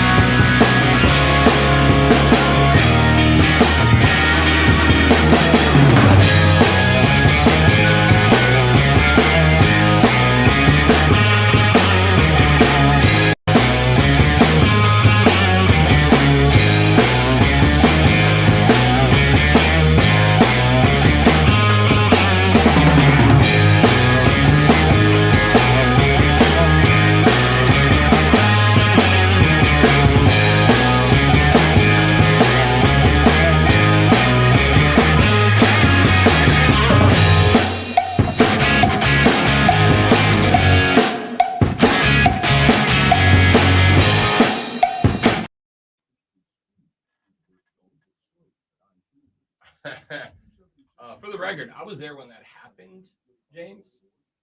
Quietest I've ever heard that building. It was like nothing I've ever heard before. Sincerely. You don't hear the radio ads about the IRS. They tell you to be afraid, to be scared. They're trying to frighten you into calling. I'm not here to do that. Tax Relief Advocates is different. TRA is here to tell you that if you owe money to the IRS, whether it's $5,000, $50,000, or $500,000, we have a solution. It doesn't matter if you're sitting in your car, at work, or with your kids. No matter where you are, call now. 800-575-6986. Don't lose hope. TRA can eliminate or reduce what you It could happen, James, because they can't win them all. Can't win them all. No one's done that since Miami. So, I mean, you know, the Patriots almost did it. I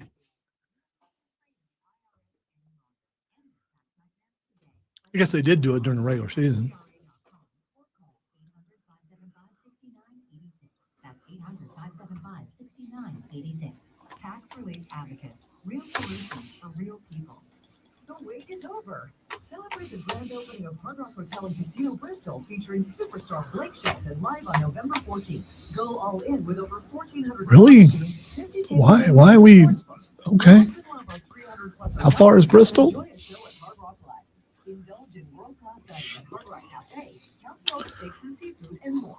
It's all here at Hard Rock Hotel and Casino Bristol. If you or someone who knows a gambling problem and wants help, call 1-800-GAMBLER. Open enrollment is here. Don't be frustrated by having to choose your health plan on your own. Visit scbluehereforyou.com to schedule an appointment at the South Carolina Blue Retail Center on Woodruff Road in Greenville. Casey and his local licensed health insurance experts can help you find a Blue Cross Blue Shield of South Carolina plan for 2025 that fits you and your budget. Schedule a no-cost appointment today at scbluehereforyou.com. This is the story of the one who, as a maintenance specialist for a historic high-rise, knows that vintage charm historically needs constant attention. Which is why, when it's time to upgrade turn-of-the-century mechanicals, they turn to Granger. With easy access to 1 million+ products and the scale to deliver when and where you need them. The right tools and supplies are never far away, so the one can keep that vintage building running like new. Call thegranger.com or just stop by. Granger, for the ones who get it done. From the Ingles Market Studio, the Upstate, 97.7 FM Greenville, 97.1 FM Smart. on the freelance. Now, the Infinity Sports Network. Rise and shine, sports fans.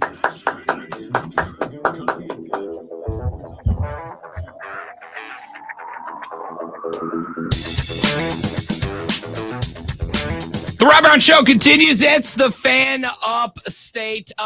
Things are not great for the Chicago Bears. Now, you may be asking, Rob, why are you bringing up the Chicago Bears in Greenville, South Carolina? A couple reasons.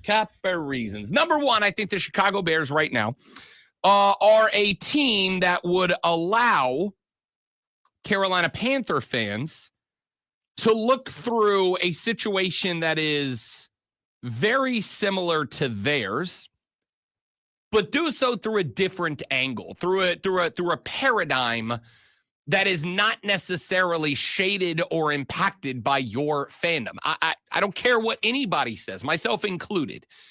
It is difficult sometimes to be able to look at your team and do so without being a little bit biased, a little bit jaded, a little bit boosted, whatever the word you want to use there is. So I want to take a look at the Bears situation and see if, by talking about the Chicago Bears, maybe I can convince some of you of something that I have said for a while about your Carolina Panthers. And I'm going to get to that. But there's a second reason, an ulterior motive that I have for talking about the Bears. And that is to play this clip from a guy on Twitter by the name of Dave Swervsky. Dave Swervsky is a Chicago Bears fan and online content creator. Now, there is one spot where Rob Brown goes full boomer, and it is I do not like influencers or content creators because I think the internet is full of people who are very full of themselves, who think they are funnier, more entertaining, whatever, than they actually are.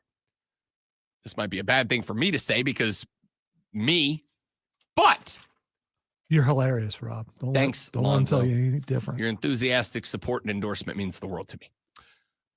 Dave Swervsky is a content creator that I'm on board with. Because as you know, I adore parody songs written by fans, specifically when those fans are miserable, like Dave Swervsky.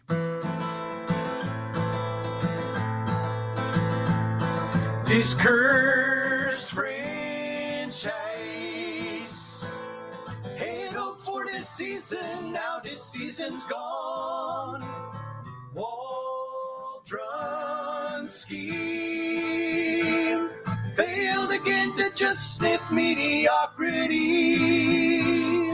The lost, they must win. Once again, they lost, this must win. Same old Bears. Started out with promise, now dropped our list tree. The fans all booed. Slim hopes to rebound, this team is spiraling. The lost, they must lose. Once again, they lost, they must win. The lost, they must lose. Once again, they lost, they must win. I thought he was going to do like the song does. The song drops off there. Dump Bears! I mean, that thing was that. You could crank that up, then you just did what you did. Why would you? I mean, because again, at the end of Dust in the Wind, it drops down that last octave, and I thought he was going to do that, even though I listened to it like 40 times this morning. I was going to say, just wow, disappointing. This cursed franchise. This cursed franchise. I love these guys. I'm a huge fan. Going from Dust in the Wind to Lost They Must Win is, I mean, it's A+ artwork, right? And on top of that, see, because one of the things that's happened with the world of parody songs is that a lot of guys they're too far off from the original, right? They take the song and they butcher it and they massacre it because they don't want to take the time to come up with a genius switch from Dust in the Wind to Lost They Must Win. Now, let's get into the meat and taters of the actual discussion here. Because my man popped up into the chat, and he said, national host told me that Caleb was the future and would face the Chiefs in the Super Bowl. Can't believe they might be wrong. Fortunately, it's everyone else's fault. James, sarcasm duly noted and appreciated because it is the most fluent language that we here on the Rob Brown Show not just speak, but endorse. But you are doing to Caleb Williams what was done to Bryce Young last year with the Carolina Panthers. You and a lot of other people are doing to Caleb Williams what a bunch of people have done to a lot of rookie quarterbacks in the NFL. And that is just making the assumption that drafted first overall means you're an all-pro player right out of the gate. He is doing something that he's never done in his life, and that's quarterbacking in the NFL, which is, and I've done the research on this, hard to do. Really, really difficult to do. That's why so few people are good at it. Hell, there's not 32 good starting quarterbacks in the NFL. And you know it, and I know it. Coming into this year, I said, hey, the Bears made a massive mistake, not in drafting Caleb Williams, because I don't know, although my suspicion, prediction, prognostication, and projection was that Jaden Daniels was going to be the number one quarterback in this draft career-wise. And while it is still too early to call, I'm off to a pretty good start with that projection. But it doesn't mean they were wrong for taking Caleb Williams. The mistake that I said the Bears made was keeping an NFL head coach that very clearly ain't it. He ain't it. Matt Eberflus ain't it. You want to know how else I know? Well, this is from our friends, our brother station, 670 The Score in Chicago. They were doing a podcast, and on that podcast, they had Bears defensive back Jalen Johnson. Take a listen to this clip. Are there people on this team that some people work harder than others? It's just human nature, right? Yeah, so, I would say that's not really even a question. Yeah, it's just what happens. So how can you change that? What do you do to possibly change that if you can do anything as a player in that regard? What can I do to possibly change that? Honestly, I've been fighting myself with this question for a long time. Because I've thought about it, I've been asked the question, and I think honestly for me, part of me says that there's nothing you can do, and a part of me says that there's something that you can do. So there's a defensive back for the Chicago Bears that went on a podcast and said, yeah, there's guys on this team that ain't working hard. That ain't working hard. They're not out there putting in the work, yada, yada, yada. And it doesn't even matter. I cut that clip because I'm going to keep it a buck with you. What he says after that is kind of irrelevant, right? Like once you have a player on the team that is willing to go on just a podcast with a couple of local radio guys and say, yeah, there's guys on this team that aren't working hard, aren't trying, yada, yada, yada. You kind of lose the plot there a little bit.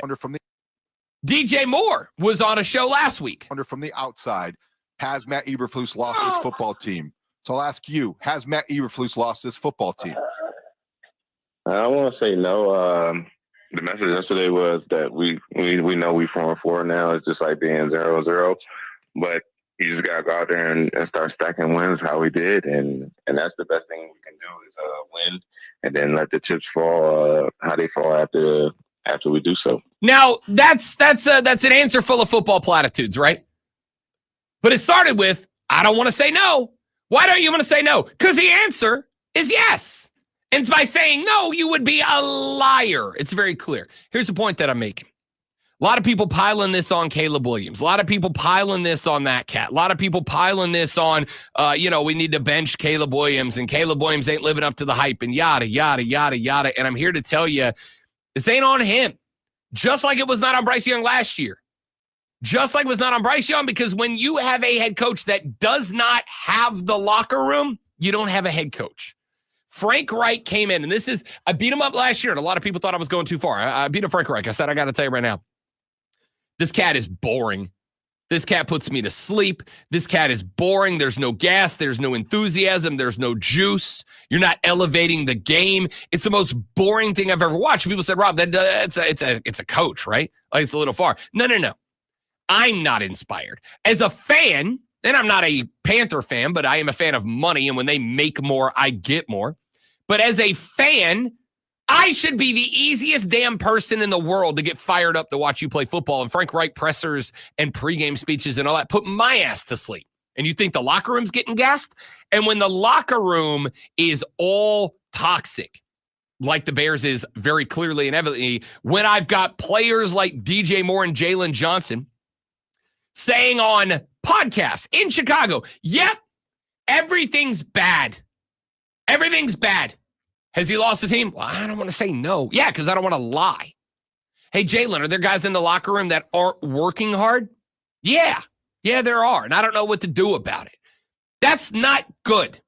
And so when I've got all of that stacked together, I'm not going to let you guys put it on a rookie quarterback who got zero time to learn the game, was thrown into the fire immediately. You're not going to put it on him, or at least you're not going to put it on him and be correct. Just like you have seen the last 3 weeks, now that the team has kind of found an identity, now that they're running the ball, now that the offensive line doesn't stink, now that all of that is starting to happen, Bryce Young's starting to look like a game manager. Again, not a Pro Bowler, Not a guy that I'm going to sit here and scream, oh, yeah, that's a first overall pick. Just a good enough game manager to win some football games. You've won 2 in a row.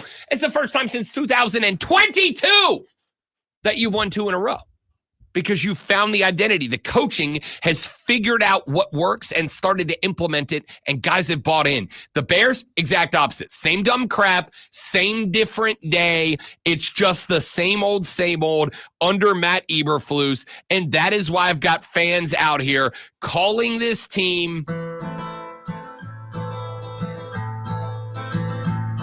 this cursed franchise. You're not cursed. You did it to yourselves. And you have done this to yourselves. You've been here for the best 60 seconds of your day. Lonzo Sports Flash. Yeah, welcome. The Miami Dolphins knocked off the LA Rams last night, 23-15. Quarterback Tua Tagovailoa was tested for a concussion after taking a shot to the helmet, attempting a tackle on an interception. Shouldn't do that, but stayed in the game, going 20 of 28 for 207 yards and a touchdown. Miami improves to 3-6, while LA falls to 4-5. In Rob's AP poll, Oregon is still number 1, followed by Ohio State, Texas, and Penn State, while undefeated Indiana makes their top 5 debut at number 5. Tennessee, BYU, Notre Dame, Alabama, and Ole Miss round out the top 10. Clemson jumped 2 spots to 17. South Carolina is now at 23. We are 4 days away from boxing history as the knockout machine Iron Mike Tyson takes on the most punchable face in boxing, Jake Paul. Stay tuned right here for the hype leading up to the fight, which goes down Friday night. Tune in Saturday morning at 10:30 as the Furman Paladins take on East Tennessee State Buccaneers. Furman versus ETSU right here on The Fan, Upstate.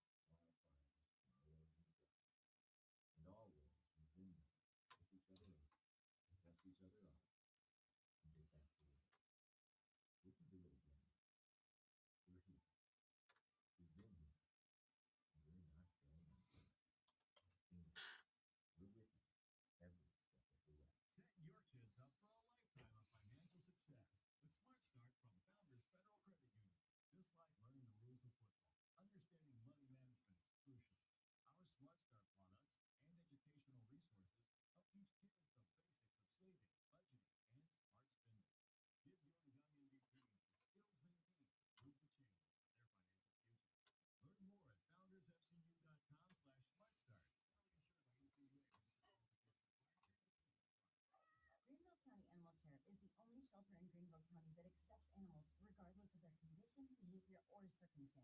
Help us help them so we can continue giving our community a drop of water in the sea. He is killing it.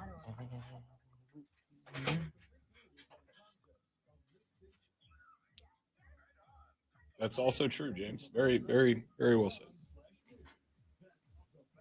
Is that Ryan? Yeah, he's been going for a while.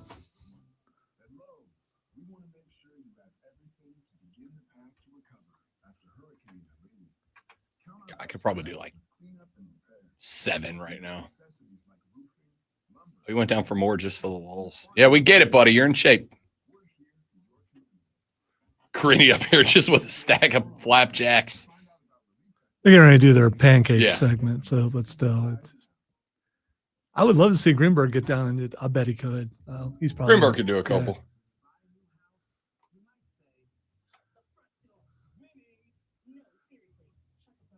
Let's get one of the big dudes that they have. He's going down again on the show. Let's get one of the big guys down there. See what they can do.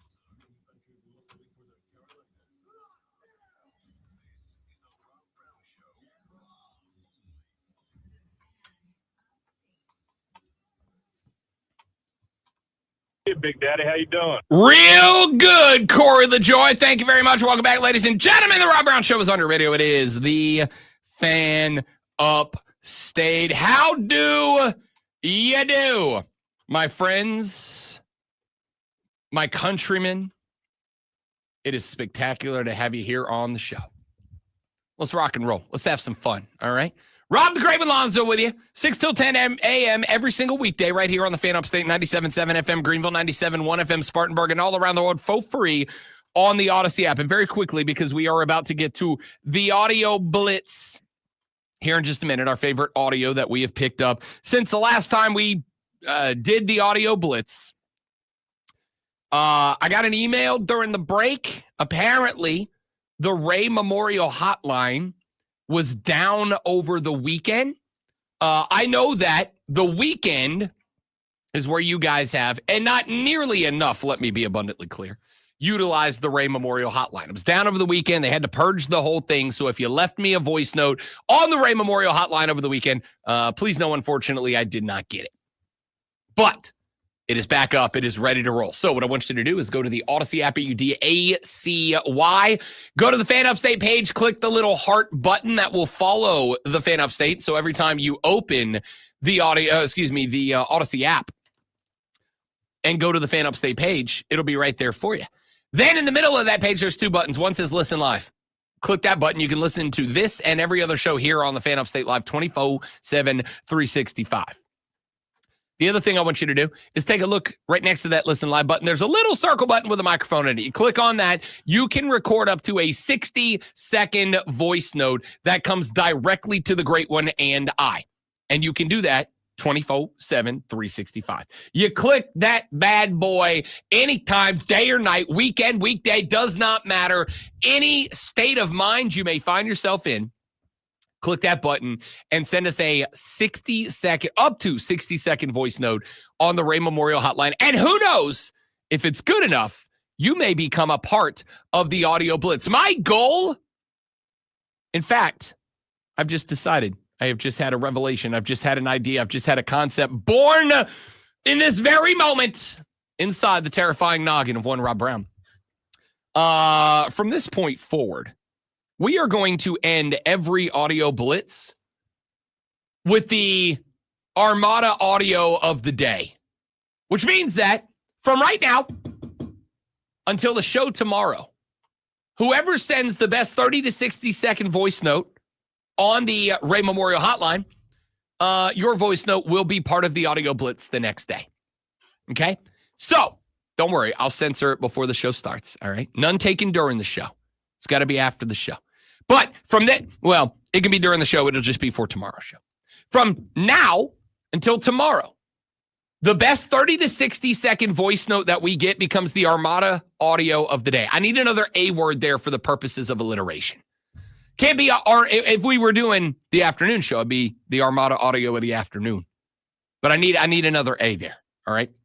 But go to the Odyssey app, go to the Fan Upstate page, click on the microphone button, leave a 30 to 60-second voice note on the Ray Memorial Hotline. Auspicious, angry. The angry Armada audio. I need an A word for daytime. You know, for the I don't know. I'll figure it out. AM. There it is. There it is. That's why we keep Lonzo around. All right. Spectacular at buttons, trolling, and alliteration.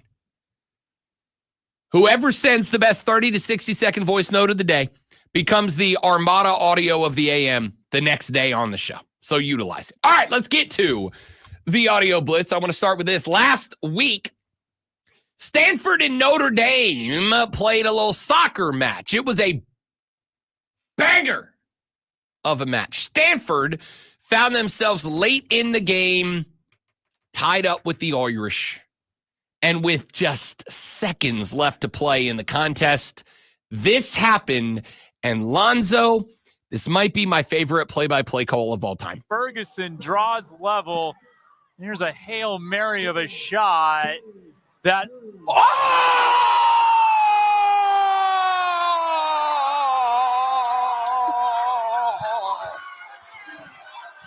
Unreal! Hooper! 1 second left! You gotta be kidding me! I've never seen anything like this. Just one more time. Ferguson draws level. Here's a Hail Mary of a shot that...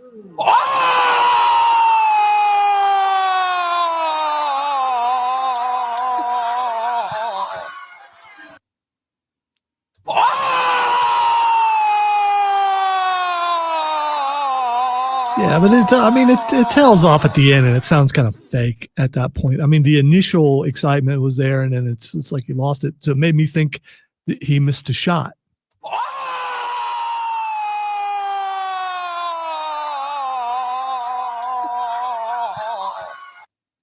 That man did that live during a widely watched soccer match. We've heard worse.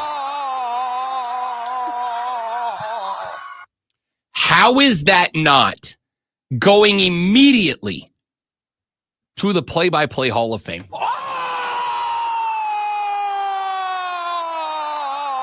Strong open, man, followed by a horrible finish. I mean, the finish was not good. It was, I mean, you understand. The trailing made it sound Let me fake. be clear. Let me be clear. I'm not saying that this goes to the Announcer Hall of Fame because I was impressed with a call that's going to live on in my memory as wondrous. This This isn't up there with "Do you believe in miracles?" Okay, all right, all right. This isn't going up there with Vern Lundquist. In your life, have you ever seen? It's not going to. It's going up there.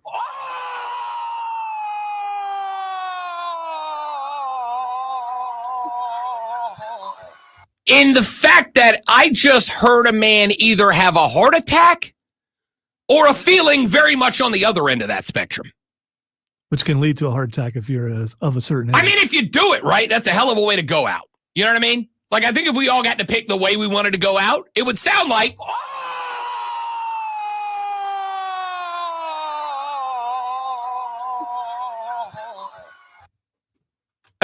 That's the greatest call of all time. Not because you're like, oh my God, this man is a natural talent. This is the Gus Johnson of college soccer. No.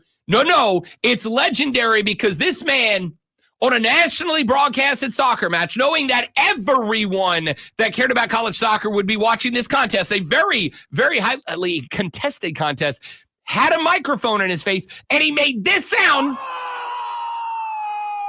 into the ears of America. But one of the best parts is his broadcast partner just kind of goes, huh? Like she was not impressed at all. It's like that sound, and then they just continued. Unreal! Hooper! 1 second left! Although, listen to the crowd behind them. They're going nuts. You gotta be kidding me! I've never seen anything like this. I do want to be clear that if I was to just kind of edit that audio down a little bit and it goes more like this.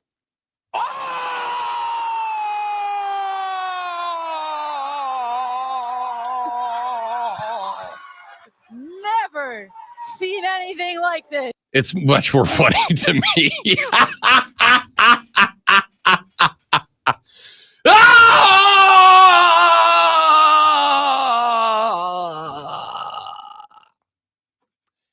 All right, well, if that wasn't immature and sophomoric enough for you, how about Cleveland Guardians backup to the backup, Austin Hedges?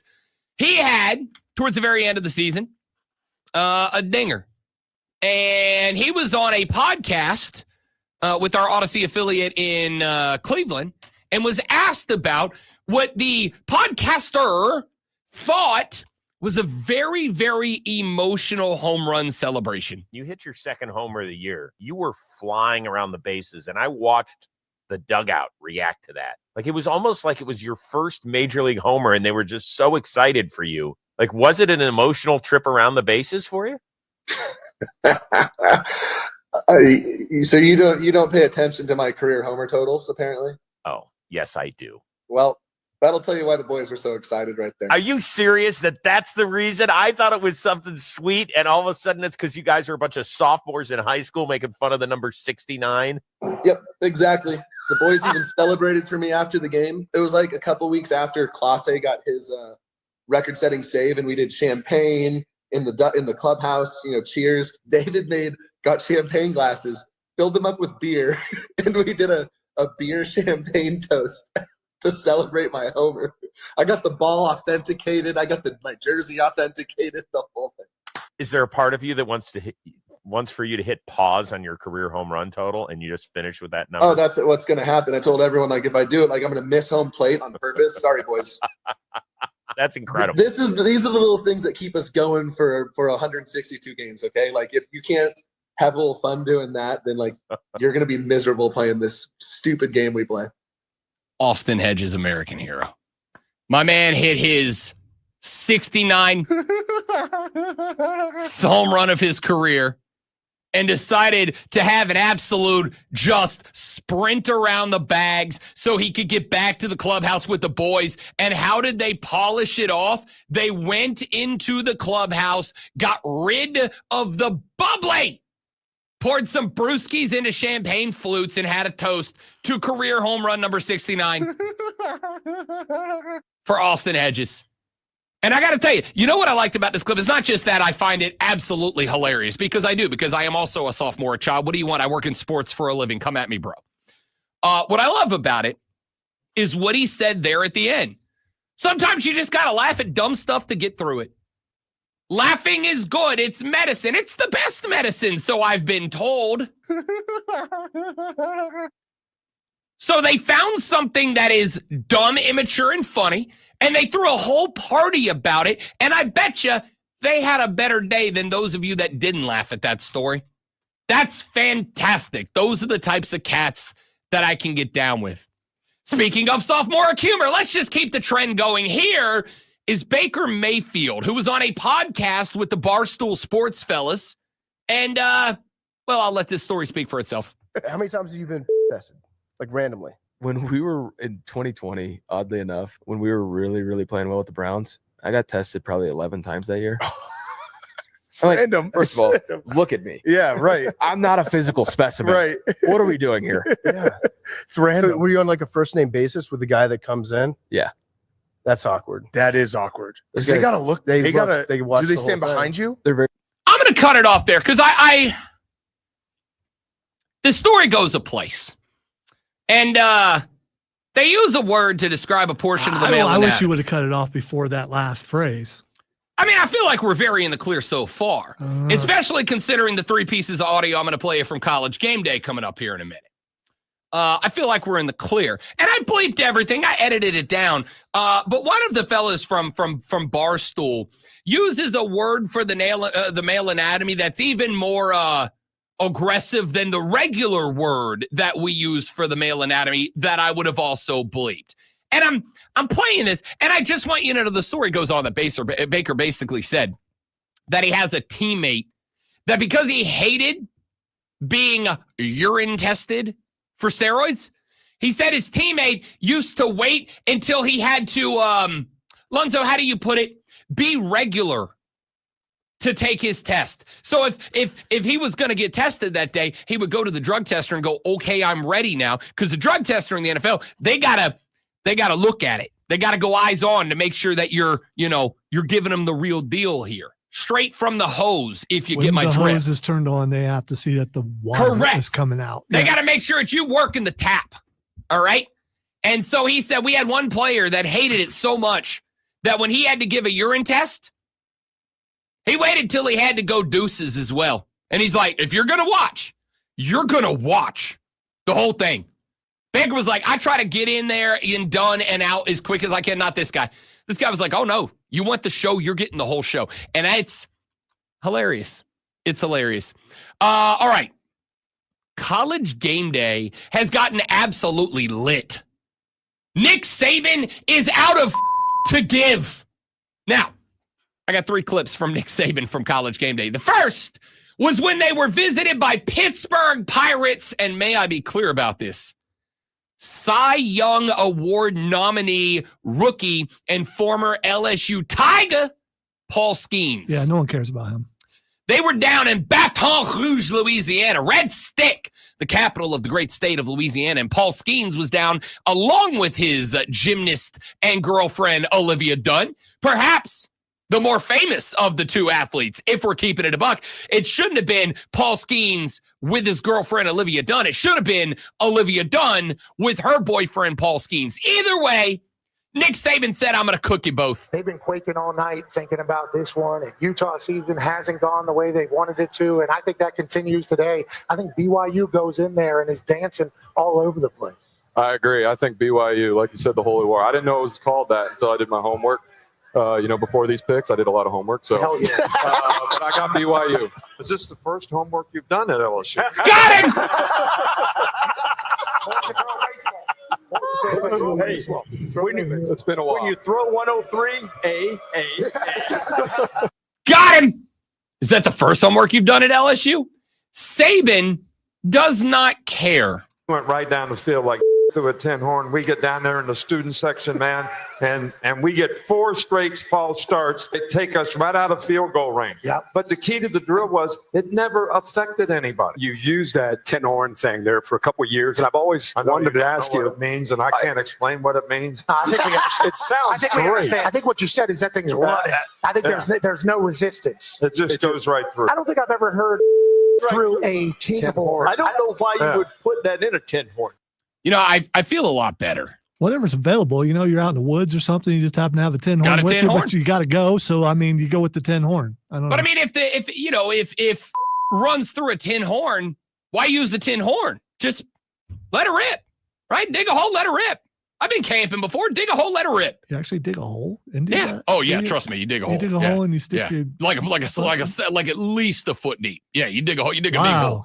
Wow. What if you really got to go and you dig the hole ahead of time? You dig that hole ahead of time. So when you set up your tent, you know where the hole is. Okay. Yep. All right. Yep. You know where the hole is. Do you check the hole before you go, just in case something decided to go into the hole? You nest or something. You don't go hole to hole, right? Like you don't sit on it. All right, you kind of do the squat and hover. When you go camping, if there are multiple people, does each person dig you their dig your own hole? Okay. And once you use the hole, you fill it in. If you need to go again, you dig another hole. Is it wrong if you accidentally go to the wrong? If you use somebody's hole, let's be honest, that's just selfish, is what that is. All right. Last one from Nick Saban on College Game Day. Just for the record. Wow. What we got here? What do you Breakfast, got but here? now this is the Naked Egg Cafe. It's been around for 13 years. Wow, Pat, you're going right for it. What, is this what I want? Yeah. Is this the one I want? I'm from a sandwich town. It's a double sausage, double meat, double egg. Oh, so it's an egg right there. Yep. Okay. Yeah, We got some banana bread for you, Des. Banana bread? Oh, man. What is Yeah, what is the that? banana bread looks good. It's chicken? What is it? Oh, who's dipping it? That's so cute. Nick Saban just doesn't care, and it's the best thing on TV. It's the best thing on TV. Not if you're the guy back in the studio going, His another one got through. producer's losing his mind, without a doubt. And I cannot get enough. Except for the fact they're letting that go. It got through. So we're not done. Yeah. Because Rex Ryan is now letting her rip, and he's not even on game day. He's on studio shows dropping BS bombs. So this is all because Pat McAfee's allowed to. So now they're like, hey, Pat can do it. Why can't we? Here's the thing. Pat McAfee's ratings are the highest on that show. Game Day's ratings are the highest that they have been in years and years and years at this point. So those of you that have said, Rob, I'm tired of your toilet humor. We're tired of the sophomoric jokes. America's not, because Nick Saban is the funniest man on TV. Back after this on the Rob Brown Show in the Fan Upstate. My bad. I really thought I was going to clear that one. That's on me. Really? Yeah. Did you? I did. I thought I was going to clear that one. Nick Saban is 100% gold on College Game Day. And I got to give the credit to Pat Mack for bringing it out of him. For bringing it out of that whole network, if we're keeping it a buck. Give me 30 seconds. Be right back.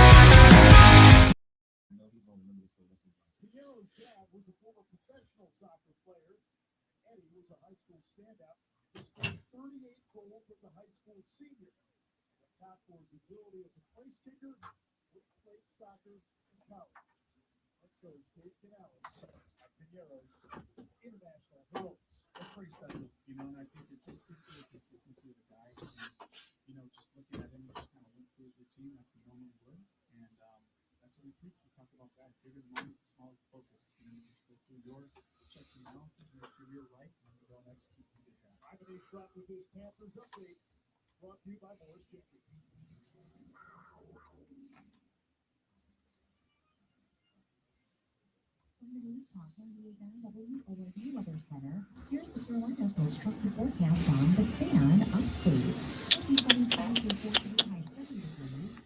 Tonight, most likely it'll be a 34. On Wednesday, increasing cloud cover high 58 degrees. Thursday, chance for rain high around 50. I'm meteorologist Jennifer Bucci on the Fan Upstate. Currently, it's 54. Might just pull up and pass or throw across my. I'm Ryan Horvath here to help you beat the books of BetQL. The Chiefs are undefeated and they are underdogs. So there was a near riot at the movie theater Sunday. I'm listening. So we get in there to see the special showing of Red One, and ballet comes on the screen. It even says Swan Lake, and you're thinking, okay, it's a Christmas movie. Maybe someone in there is watching Swan Lake, and it keeps going. It keeps going. About 10 minutes of Swan Lake, and finally the screen goes black, and then some guy goes, okay, everybody, let's clap for that. He actually said that, and a good Was portion. it like kids doing it? No, It was like a professional ballet. Yeah, it was. Yeah, Fantastic. yeah, and so after the people clap for him, then the lights go up after a while. It was dark for another couple minutes, and the guy comes in and says, "Sorry about that. We're fixing it." Then they go back, and it's like, how long does it take for them? And it's another probably, I don't know, 5 or 6 minutes before they get the.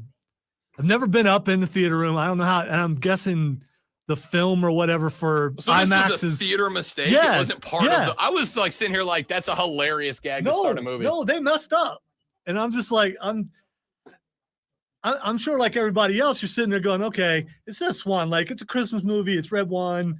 It's got The Rock in it. It's got, I mean, they're just, someone there is rehearsing for Santa Claus or something. And then finally it goes off like, you gotta be kidding me. So how many people are sitting there going, is this supposed to be like this? I don't know if this is supposed to be like this.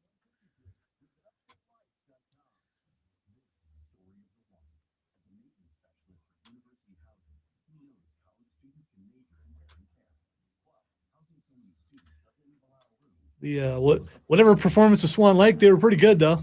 I mean, there's that.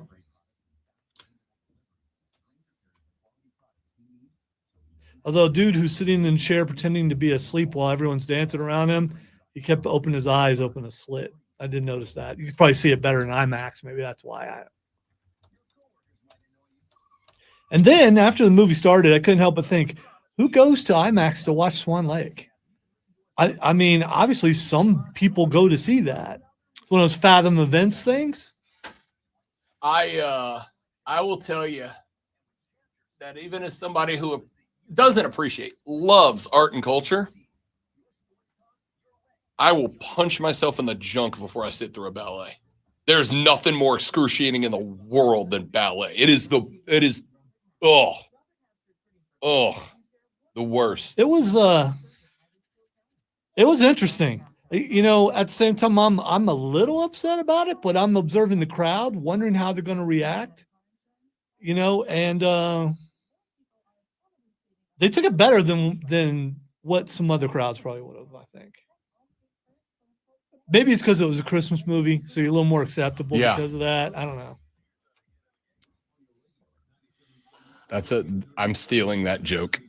I like that joke a lot. I like that joke a lot.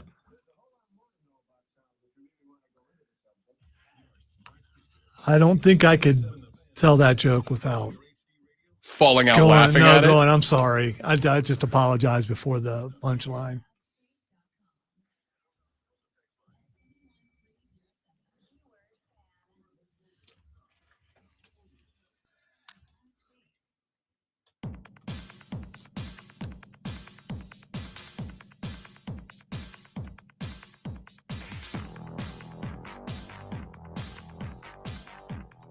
Your chance to be the Armada audio of the AM starts today.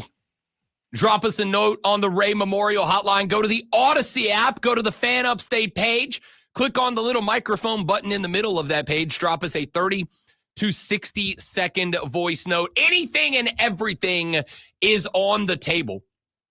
Go to the Fan Upstate on the Odyssey app. Click on the microphone button. Drop a 30 to 60-second voice note. And if it's the best voice note we get for the day, you will be featured the next day in the audio blitz as the Armada audio in the AM. And it's available to you and exclusively you as a member of the Armada and a fan of the Rob Brown Show right here on the Fan Upstate. We're going to get to that Dallas Cowboys stuff coming up here in just a few minutes from right now. Because it's hilarious to me. And Dallas fans, of which I know there are at least a few of you, I am going to say lovingly, save your "we're just living rent-free in your head" stuff. I'm not here for it. No, you're not. Yeah, I don't think any of them are saying that right now. Oh, no, they still do. They still do. Even when we're bad, you still think about us. Oh, yeah. Yeah, because it's constantly and repeatedly crammed into my freaking eyeballs every damn day of my life. So you better believe that when you stink, it's not so much a shot back at you, Cowboys fans. Unfortunately for you, you are overrepresented in the NFL talk world, and because you are, I need all those people who spent the whole offseason telling me this year is going to be different to have to answer for that. So we're coming to that here in just a minute. Here's a fun little tweet that was put up by by John Ellis of One Panther Place Pod. First 10 games. Here's the record for the first 10 games of every Panthers head coach dating back to 1995. Let's play a little game. Pencils up. Lonzo, you can play with us. Which Panther head coach? Thank you for the permission, Rob. No, and it's for a reason. It's for a reason. Of every head coach of the Carolina Panthers dating back till 1995, through their first 10 games, which head coach had the best 10-game record to start their tenure as the head coach of the Carolina Panthers? Which head coach had the most wins through their first 10 games as the head coach? The first one. The first one would be Dom Capers back in 1995. His first 10 games, he was 4-6. That is the second best record through the first 10 I think games. the streamer, someone on the stream probably has it. Let's see. Texters are guessing Dom Capers. That is incorrect at 4-6. Someone said Ryan Fox, but that would be John Fox. John Fox was 3-7 through his first 10. Not correct. Somebody said Ron Rivera. Ron Rivera was 2-8 through his first 10. Not so correct. it would have to be someone who took over after the team was pretty good, right? Because all these other guys took over when the team. I mean, Dom, the first one. So of course they're not going to get expansion team, and then everybody else would have had to take over their first season after someone got fired. I will spare you the anticipation. But for those of you guessing Dom Capers, great guess. Great guess. Not correct. The correct answer with a 5. It's not George Seifert, is it? It is not. George Seifert was also 4-6. John Fox was 3-7. Ron Rivera was 2-8. Matt Rule was 3-7. Frank Reich was 1-9. Dave Canales is 3-7 through his first 10. Who's the only head coach that I'm leaving off the list here? Steve Wilkes was 5-5. All right, that doesn't count. Why doesn't it count? Because it's the middle of the season. You're talking about all these guys who started. I knew that's where you were going. That's ridiculous. That doesn't count. He took over in the middle of the season. He didn't start at the beginning of the season. Okay. And he took over a team. Why you guys love this guy? I don't get. I do not get. Listen, I'm not making any arguments. Steve Wilkes is officially probably unavailable at this point. I'm just saying, out of every coach in the history of the Carolina Panthers, Steve Wilkes had the best 10-game start as a head coach. Now, you can make all the arguments about when he started, where he started, how he started, whatever, but he also took over a craptastic team, and he went 500, which is better than literally any other coach in the history of the team. Not from the beginning. He had been with the team the entire time, so he knew what he had right there. That was in the middle of and he was the interim. He wasn't ever the head coach. He was the head coach. He was the interim. He was the interim. Oh, I'm sorry, the interim what? It doesn't count. That's not. I don't know why I'm holding my hand to my ear like I'm not wearing headphones, but the interim. Maybe the way you worded it at the beginning was being tricksy. Maybe that's what it was. Was he the head coach or was he not? No, he was not the head coach. He was not the head coach. No, there was something in front of it. That interim means he's not the head coach. They didn't say interim head coach. Interim kind of coach, not interim part the coach. He's the interim head coach, which means he is the head coach in the interim between the head coach. He's the head coach. He is the interim head coach. Now, I don't really have a point to that other than I just wanted to play that fun game. But second off, Dave Canales 3-7 through his first 10. But I would make the argument. I would put Dave Canales 3-7 up against Dom Capers 4-6. I would put Dave Canales 3-7 up against Frank Reich's 1-9. I would put it up against Matt Rule's 2-8. I think there are two things here. And again, there's only two reasons that you would have a new head coach. Number one, your team sucks and they fired the old head coach. Or number two, your team was very good and the old head coach retired, right? Or got hired away, but that doesn't happen. So I would be willing to bet most head coaches are 500 at best through their first 10. You're going to have the exceptions to the rule in both directions. But I bet it averages out to be like 5-5 on average across all head coaches. Because, again, you're either taking over because a guy was good and he retired, or way more frequently you're taking over because the team stank and you've been brought in as the new head coach to fix it. I'm not unhappy about Dave Canales' 3-7. I'm not.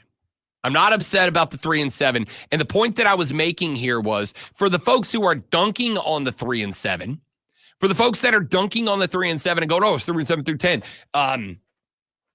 3-7 through 10 gives him the second best 10-game start in the history of the franchise at this point. The history of the franchise. This is what I meant when I said to start the year. Panther fans have got to temper their expectation. They have got to slow the roll, calm down, as that great American philosopher once said. Temper expectations. This man just gave you the second best 10-game start of any coach in the history of the franchise. By the way, I was just curious because I was thinking of a great coach that I know, Andy Reid. When he took over at Kansas City, first year he went 11-5. What was his first 10? That's what I need to know. His first what? His first 10. His first 10 games. Do we know? I'm curious. I'm going to go see. I'll see if we can find it. I'm clicking on it now. I mean, it's taking a second to come up. Let's see.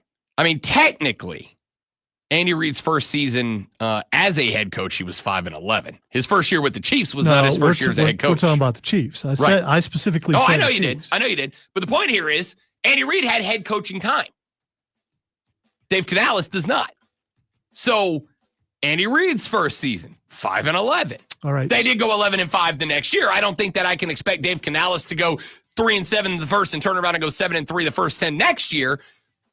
Andy Reid had a bit of a different story working in Philly than he did up there. That's another good point, James. There are coaches who come in and they do really well. I quite literally said that. There are exceptions. But the D'Amico Ryans... This is not with the Panthers. Not with most teams, so that we're clear. James also said not everyone can be D'Amico Ryans. And let's also point out, they hit on a very solid quarterback in C.J. Stroud, although he is trending down bad right now. Not just him. He's got a lot of injuries around him. Teams beat the hell up. But the Texans don't look like the Texans we thought the Texans would Texans this Texans. We'll talk more about that later in the show. Some of the other teams that are up and down on the playoff ranking. When we come back, let's all make fun of the Dallas Cowboys together, shall we? It's the Rob Brown Show on the Fan Upstate. New life. All right, guys, be right back. Don't go anywhere.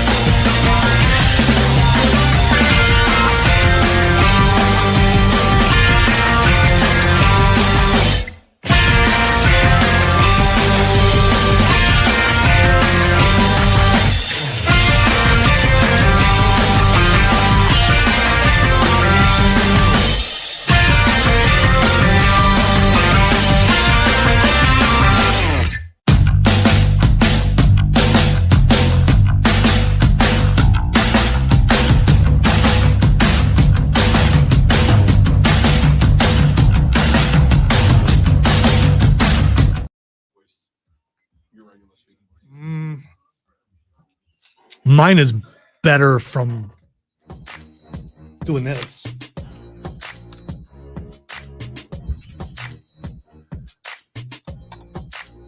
I want to be real clear before we start this Dallas Cowboys discussion. It is all Jerry Jones' fault. Just so we're all on the same page here. Did you put it at this time slot on purpose, by the way? No. Because someone's going to be rolling up in here. No. Though I am intrigued in the viewpoint of the boss man down the hall who was a Dallas Cowboys fan. And to be honest with you, Cole Bryson's as well. Also a Dallas fan.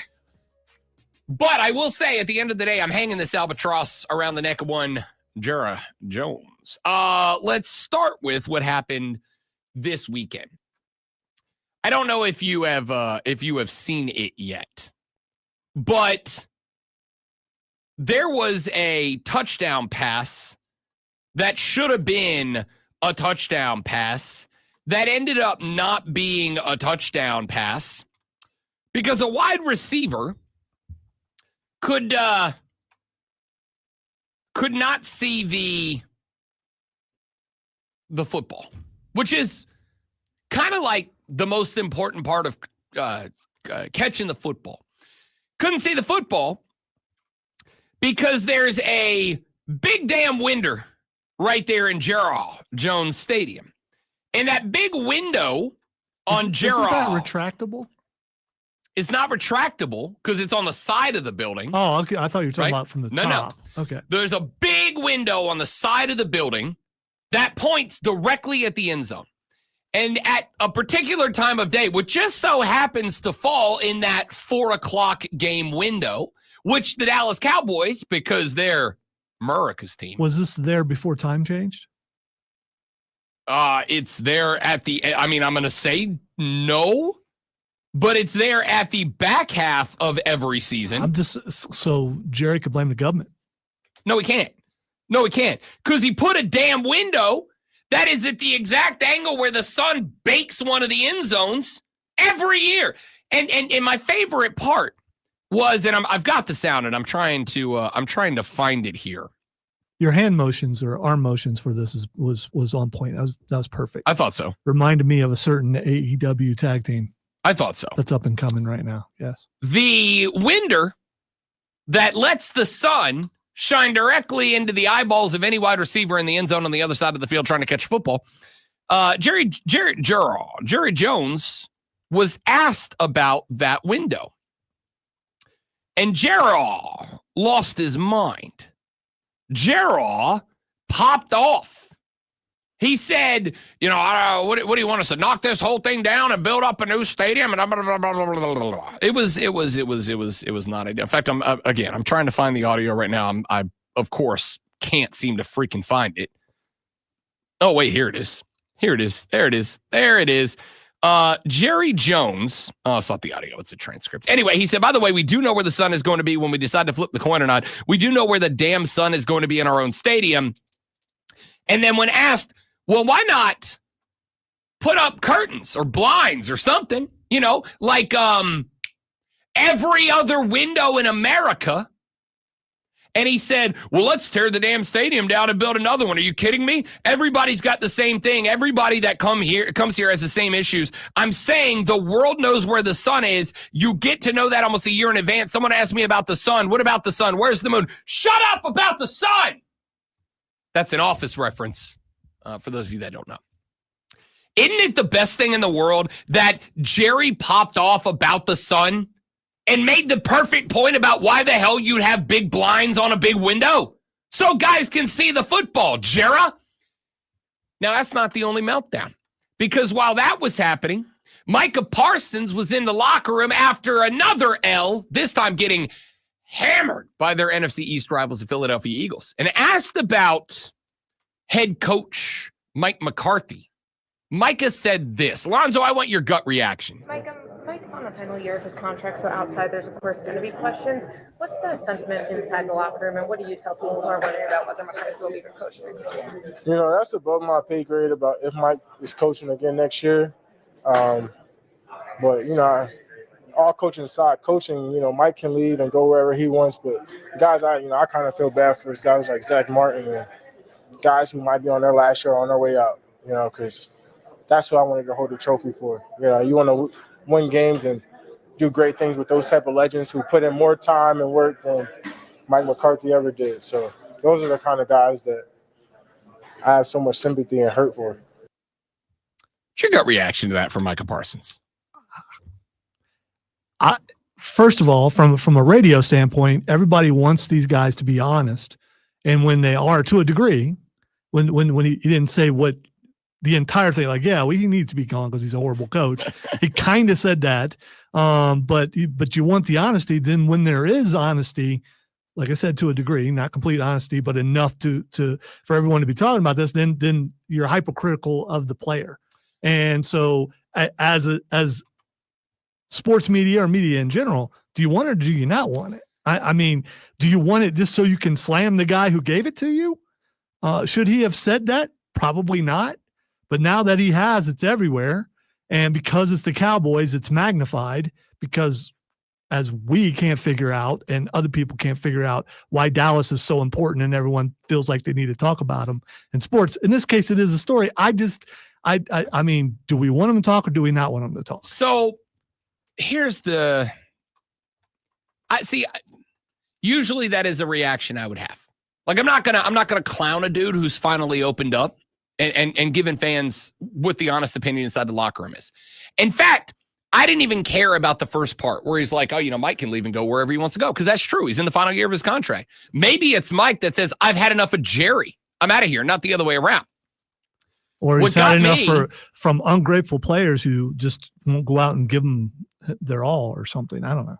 Whatever reason Mike wants to leave, he can. But that wasn't the takeaway. What I got was at the end where he's going off and saying these assistant coaches have done more than Mike's ever done. That's where I was like, oh. See, I thought he was talking about actual players. I didn't realize he was talking about assistant coaches, other guys. Yeah, okay. And that blew my mind. Blew Rex Ryan's mind too. He doesn't deserve that. Mike McCarthy, no coach deserves that, because the hours, trust me, my friend, the hours this guy's putting in, no player is putting in the work that a head coach is, I can assure you. And look, you can have some private issue, all right? Go to the owner, go to whoever, go to Mike McCarthy. But why the hell do you think you need to say that why do you need to hurt this man? Who do you think gets blamed for everything? He gets it anyway. And so why are you piling on? All right, yeah, dead man walking. Yeah, he is. But you know what? He's professional as hell. He hadn't once blamed a damn player, ever. It's bull. My favorite part was watching the reactions of like Greeny and the guys that were like, oh, that's Pat McAfee's job, bud, not yours. The thing is, he's not wrong. He's not wrong. It's interesting to me because yes, I do want players to be open and honest and actually give the fans a little bit more than just the same old football platitudes using coach speak all the time. But when you cook up your head coach like that, it's kind of rough. Now, here's the thing. You want to know why the players are comfortable doing that? Here's Jerry Jones. We've won 3 games with Dak. Okay, so I'm just saying we weren't playing well with Dak at all. I thought that basically we'd look better tonight without Dak. I thought we'd look better on offense than we looked without Dak. Seen Cooper play better than we played tonight. Philadelphia's got a lot to do with that. That's what it is. So here's the thing, and a lot of people are beating up Jerry, and me too, but for a different reason. Jerry said, we won 3 games with Dak. I thought we'd play a lot better without Dak. And people are saying that as if what Jerry meant was, Dak is gone, now we're better. And what Jerry meant That's exactly what it sounded like to me. Exactly. I think what Jerry actually meant was, we thought we'd be good. Like, we know Dak's down, and yet we would still be okay, right? Not, we'll play better without Dak, but we have had games where we haven't had Dak Prescott, and we have played better football than we just played in this particular game. But it damn sure sounded like Jerry's out there cooking his QB.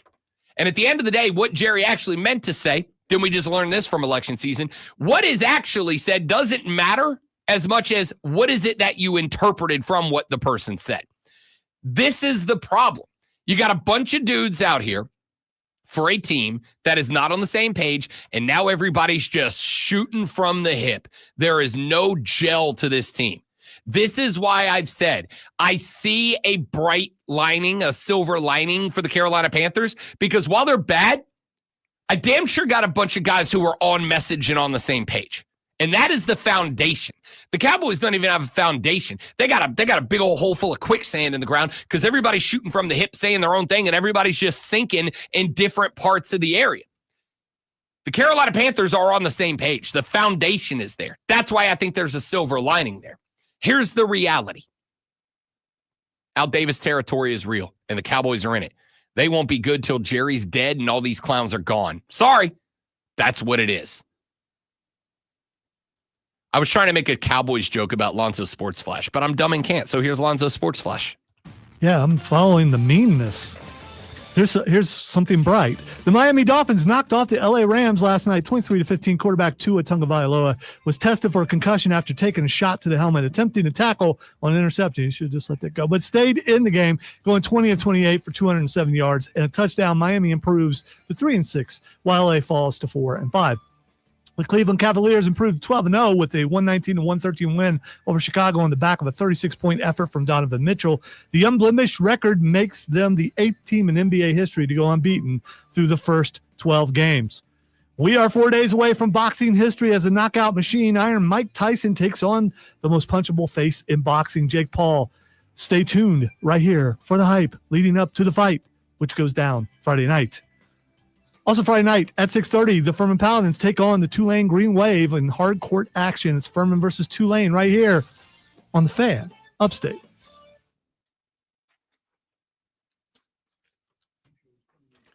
Jam Cam. The Cordell and Cordell Jam Cam. I love Bill Brooks. He's awesome.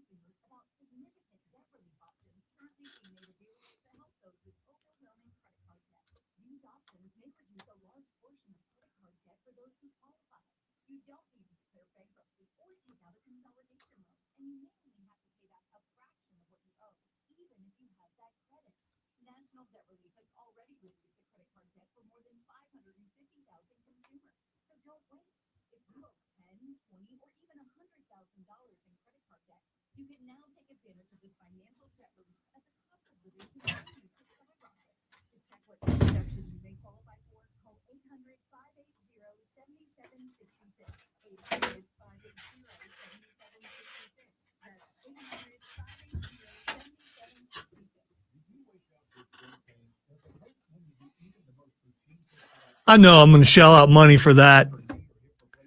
And John Jones is going to submit him or knock him out in the first round. But I mean, neither one of them have fought in a year, maybe 2 years.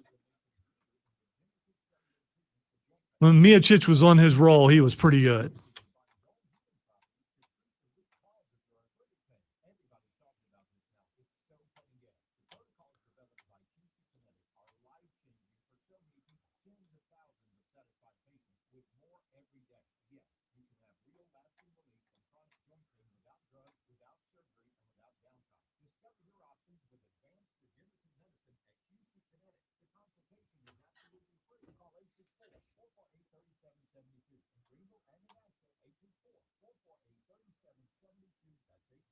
So an ideal world for me is paying the money. Miocic knocks John Jones out in the first round. John Jones, when he comes to, says that's it for him. He retires. I mean, that would just be an amazing Saturday right there. Well, it'd probably be Sunday morning, but still.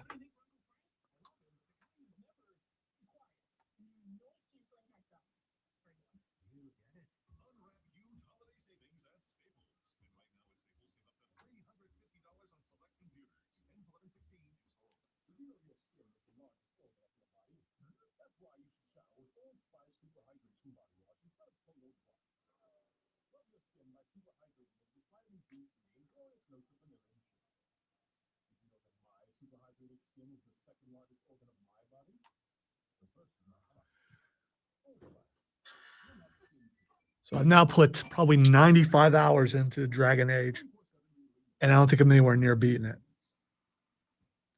which is good because the game is probably one of the biggest games I've downloaded in a couple years. I've been getting targeted with ads for that game the last And couple 75 hours in, I figured out how to change my powers because I'm dumb on video games sometimes. And I still won all the way up to this point.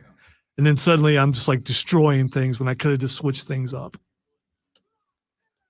Then I found out you can augment your powers. Didn't know that either.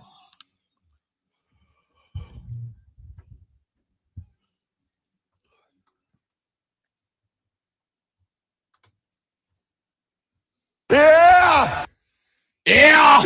Sorry, I wasn't ready. Yeah! Welcome back, ladies and gentlemen. The fourth and final hour of the Rob Brown Show goes now. This is the Fan Upstate. Robin, the great one, Lonzo with you. Nope. On a Tuesday, on a Monday morning. Be a part of the show, 844-326-3663, 844-FANFONE. If you want to get on the air, now's your opportunity. You can also shoot us a text, 71307, 71307. Start your text with FAN, F-A-N, FAN, F-A-N. We'll read them on the air. And do not forget the Ray Memorial Hotline is open for you. Go to the Odyssey app, A-U-D-A-C-Y. Put it on all your digital devices. And once you do, go to the Fan Upstate page, click the heart button. That way, every time you open the Odyssey app, it'll take you straight to the station. You can listen to us 24/7, 365. And right in the middle of the page next to the Listen Live button is a little circle with a microphone on the inside of it. You click that button, you can leave a 30 to 60-second voice note on the Odyssey app that comes directly to the great one and I. We will listen to those after the show. And from this day forward until the end of time, or I get fired, whichever comes first. The next day, as part of the audio blitz, will be the Armada audio of the AM. It is the best voice note that we got from one of y'all. You will be featured. No matter what your take or opinion or thought or observation or anything else, one of you will have your voice note played the next day on the show as part of our Armada audio of the AM during the audio blitz. So go to the Odyssey app, A-U-D-A-C-Y, grab that, and become a part of the show with the Ray Memorial Hotline. We'd love to have you as a part of it. All right, I'm going to get to this real quick. Earlier in the year, I was beating up on Shano a little bit, on old Shane Beamer a little bit. And I was beating him up, and what I thought was at the time, and I still think, I am going to say, I am going to apologize, though I was not wrong. Okay? I was right. I had some criticisms about Shane. I had some criticisms about the program. I had some criticisms that, again, I think were justified and fair at the time. Those criticisms were primarily that I did not love the play calling for the South Carolina Gamecocks. I thought it limited the athletic production out of some of your better players. I thought that it was predictable. I thought it was boring. In fact, a lot of it was very similar to criticism that I had levied towards Dabo Swinney and Clemson over the last year and a half. Boring, passive play calling that limited your best athletes doing their best athleting. I thought it was a problem. And Shane said, hey, say what you want to say. Do what you want to do. Run it how you want to run it. Let's just keep the path, right? I got a plan. I got an idea. And you're just going to have to, and this has kind of become a staple of head coaches, trust the process. Well, after South Carolina got hammered by the Ole Miss Running Rebels. By the way, the same Running Rebels who just hammered the Georgia Bulldogs. So that loss doesn't look quite as bad as it did back in the Dizay a few weeks ago. Lonzo came in here on Monday and he said, Rob Brown, you know what I need you to do? You need to calm down. I need you to relax. I need you to relax because it was one bad game. And I said, it's not so much about the game or the result. It's about the lack of discipline. It's about the lack of development. Those were the two words that I used. And then there was another word that I used a bunch of times to describe this program, the C word, consistency. I said, I don't see consistency. I don't see consistency in the development of Lenora Sellers. I don't see consistency in the game plan for Rocket Sanders. I don't see consistency across the offensive line. And all these things are problems. All these things are major problems that need to be addressed. Or else you're just spinning your wheels in the muck. You're not going to go anywhere. Well, here we are, a handful of wins later, including a win on the road at Oklahoma, including a win against Vanderbilt, a team that has already beat Alabama and took Texas to the limit in that exact same house that you guys played in this weekend. You guys went there, held them to 7 points, put 28 on the board, and won the game. There was no point during that game on Saturday. None. I got off the air, off a bet for the cycle at 4.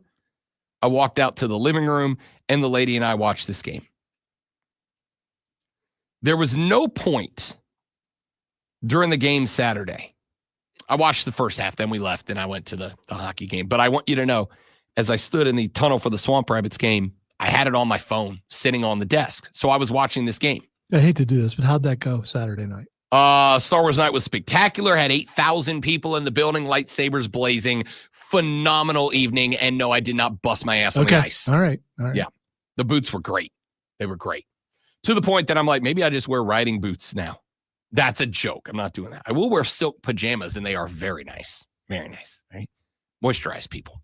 So I was watching this game in the tunnel, and about midway through the fourth quarter, because there was a spot there where after Diego Pavia scored, it was like, all right, you either have to answer that or there's a problem. And South Carolina answered. And I was standing there, and there were probably 2 or 3 of the dudes from the hockey team that were kind of down there in the tunnel warming up. The players go and they warm up in the guts of the stadium behind the tunnel where I hang out during the game. And a couple of them came over, and we were watching the game on my phone. And South Carolina answered. The game plan didn't change. It didn't feel like there was any panic. It didn't feel like Shane and Dow Loggins and Clay White were like, they did it good. Now we got to change everything, which I think has been a concern of mine about this team in years gone by. It felt to me like you knew what was working. You knew what was working, and you just went right back to it. This has been a problem I've had with a lot of teams. Why in the world? Because a team has a drive that is successful or a defensive stand that is successful, especially when you are up 3 touchdowns and now just 2. Why would you change the thing that is working? I was watching to kind of put it up to the mirror and include everyone. We're a very inclusive program here on the Rob Brown Show in the Fan Upstate. I was watching the Clemson game this weekend. Of course, Clemson on the road against Tech. Clemson needed to win in the worst way. After that Louisville embarrassment, needed to win in the worst way. Clemson finds himself down 7-0 early because a kick got blocked and returned.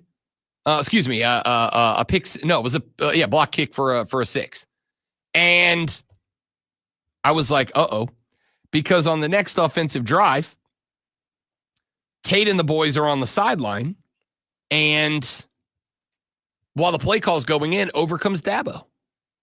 And he's just kind of hovering over the shoulder of Garrett Riley, watching the play get called. And I'm like, don't do it. Don't do it, Dabo. Don't do it. Your offense finally opened up. Cade finally was starting to break open. Yeah, you had a bad game against Louisville. Don't change what was working. That is a fear that even some of the most experienced and successful head coaches in every level of football fall victim to. When something is going well and then one bad thing happens, they just scramble it and change the whole thing up. Oh, no, they scored on it. What did South Carolina do? They didn't change a damn thing. They went right back to the well of what was working. We're going to give the ball to Rocket. We're going to let Rocket do Rocket things. And while Rocket is doing Rocket things, we're going to make sure that Lenora Sellers has everything that Lenora Sellers needs to be successful. And you are. You put a tutty back on the board, you got that big lead back, and you kept it at 3 touchdowns the rest of the night. I said this earlier in the show, and I'm going to say it on the show again. I genuinely believe that a lot of South Carolina fans better be sending an edible arrangement over to Shane Beamer's office today to give to the coordinators there. I think a lot of y'all better be sending over some gift baskets to those coordinators, because during the offseason especially, but even earlier in the season after the Ole Miss loss, a lot of y'all were calling for those coordinators to be relieved of their duties. The number one criticism of Shane Beamer, at least in the last year or two, certainly since I've been covering this team, or since he showed up when I was covering this team, the biggest criticism of Shane has been that he lets his buddies coordinate, and he's afraid to make big program defining changes, firings and hirings, because y'all wanted the coordinators gone. And listen, this isn't to say that they're just like free of criticism from this point forward. There's still a lot of questions that are going to have to be consistently answered moving forward. But Shane said, these are my guys. Trust me. Trust the process. And if you trusted Shane and trusted the process, South Carolina's bowl eligible after 9 games. Most of y'all were carrying on about, the offense being bad and Lenora Sellers and I was one of you, just so we're clear. Most of y'all were carrying on about the offense not being good, about Lenora Sellers not developing. That young man has taken such a leap forward over the last couple of weeks that I have to now turn around and give credit to Dow Lawkins. And I think it's because the game plan has been set. The game plan looks better. I think it is because the game plan has been, you know what? We know what we got in this kid under center. We know what he's capable of. But the best that he is capable of is brought out when Rocket Sanders is doing Rocket Sanders things, when we are focusing in on him, when he's getting 22 touches a game, when he's getting his touches. The field opens up for Lenora Sellers. Linebackers are having to stay home. When linebackers are having to stay home, what else does that do? Aside from opening up the field, down the field, what else does it do? It also means that when Lenora Sellers is pressured, because again, it's a better performing, but it's still a very average offensive line. When the offensive line is playing average ball and defenders are getting pressure on Lenora Sellers, what is this doing? Well, when linebackers are having to stay home, stay back, because they've got to play run-first defense. When that is happening and Lenora Sellers is pressured, it gives Lenora Sellers room to escape. It gives him the opportunity to improv behind the line of scrimmage. It gives him the opportunity to use his legs as a weapon and to open up the field that way. And all of a sudden, you're feeling it with this offense. All of a sudden, even when it looks like heavy pressure, like even the wife watching this game, right? There was a point, it was the big play I talked about earlier, where it looked like Lenoris was dead to rights, like 15 yards behind the line of scrimmage. And he shrugs a tackle and he gets loose and he sneaks out to the left-hand side. And even the wife, he's 15 yards behind the line of scrimmage. This is a spot that earlier in the year, she would have said words that I can't quote on the radio because the FCC would murder me. She looks, and as he starts to scramble out wide, she goes, Oh, he's gone. And I thought she meant like he's cooked. He's getting sacked. He's done. Nope. She goes, he's gone. He's done. I said, what are you talking about? She said, he's going to run. He's going to pick up yards. And he did. And he did. He is seeing the field in a more complex way now. It is not what it was earlier in the season, which was wide receiver 1, wide receiver 2, tuck it and go. Now, because Rocket is feeling himself a little bit, now you can run a little bit more complicated pass structure because defenders are having to play more honest with him going, with Rocket going. And now you can put less pressure defensively on Lenore Sellers. And with less pressure on him, you can see, at least to me anyway, I think maybe I'm being optimistic, I don't know. But it feels to me like I can see a different quarterback in the pocket, yeah? It feels to me like I can see a quarterback sitting back there in the pocket that is more comfortable, that is more confident. It looks to me like I can see a quarterback sitting back there in the pocket that not just trust the offensive line more, but trust himself more. Now I feel like I am seeing a quarterback that doesn't feel panicked. Those happy feet are gone. Now when those feet start going, it's because he's going, not because he's terrified he's about to get smoked. And now all of a sudden, now those, oh crap, bleep it, rockets down the field, like the one that lost you the Alabama game. Those don't seem to be there anymore. Now when he steps up into the pocket and he lifts one down the field, now it feels like it's intent. It's got intent. Now it feels like like those passes have a purpose. Like there's a target on the end, not a, oh crap, I hope somebody catches this. Now it feels like he knows exactly who he wants to catch it and where. And when the pocket does break down, because again, average offensive line. Now when the pocket does break down and he tucks that ball, now it feels like he's running for a purpose more than just don't get hit, don't get hit, don't get hit, don't get hit. Now he feels like a weapon. It has gone from scrambling and running down the field is a last resort for Lenore Sellers. Now it feels like there's intent to it. There's purpose to it. And I didn't get that vibe the first 4 weeks of the season. Dal Loggins deserves some credit for that. He deserves some flowers for that. He deserves some apologies from some South Carolina fans for that. All right, let's take a break. Got a few more things I want to get to before we roll up out of here. The Rob Brown Show rolls on. It's the Fan Upstate.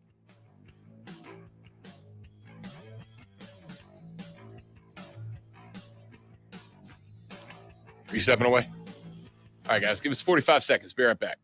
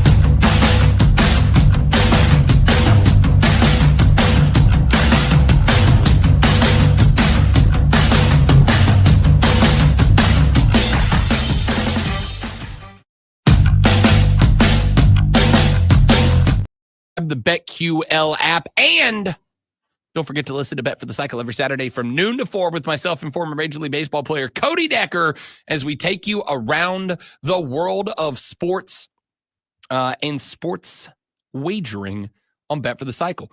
Adam Schefter reporting that Shane Waldron is out as the offensive coordinator of the Chicago Bears. Thomas Brown is expected to take over. Thomas Brown was a former offensive coordinator for the Carolina Panthers, was relieved of duties when Dave Canales came in and effectively took over that position. He will be now calling the plays for the Chicago Bears moving forward, which is good news for two reasons. Number one, it's wonderful news for Caleb Williams because the strategery with which Shane Waldron was calling plays was bad. Number two, it gives us a wonderful opportunity to listen to this again.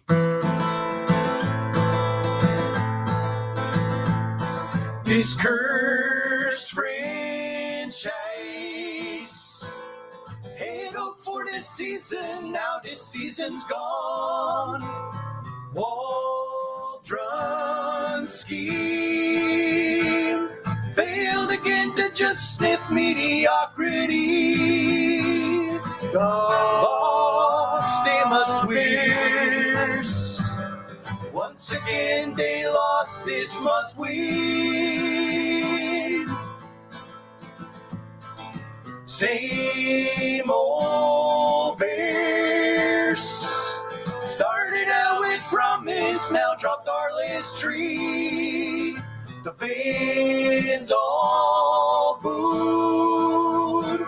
Slim hopes to rebound, this team is spiraling. Lost, they must miss. Once again, they lost, they must win. Lost, they must miss.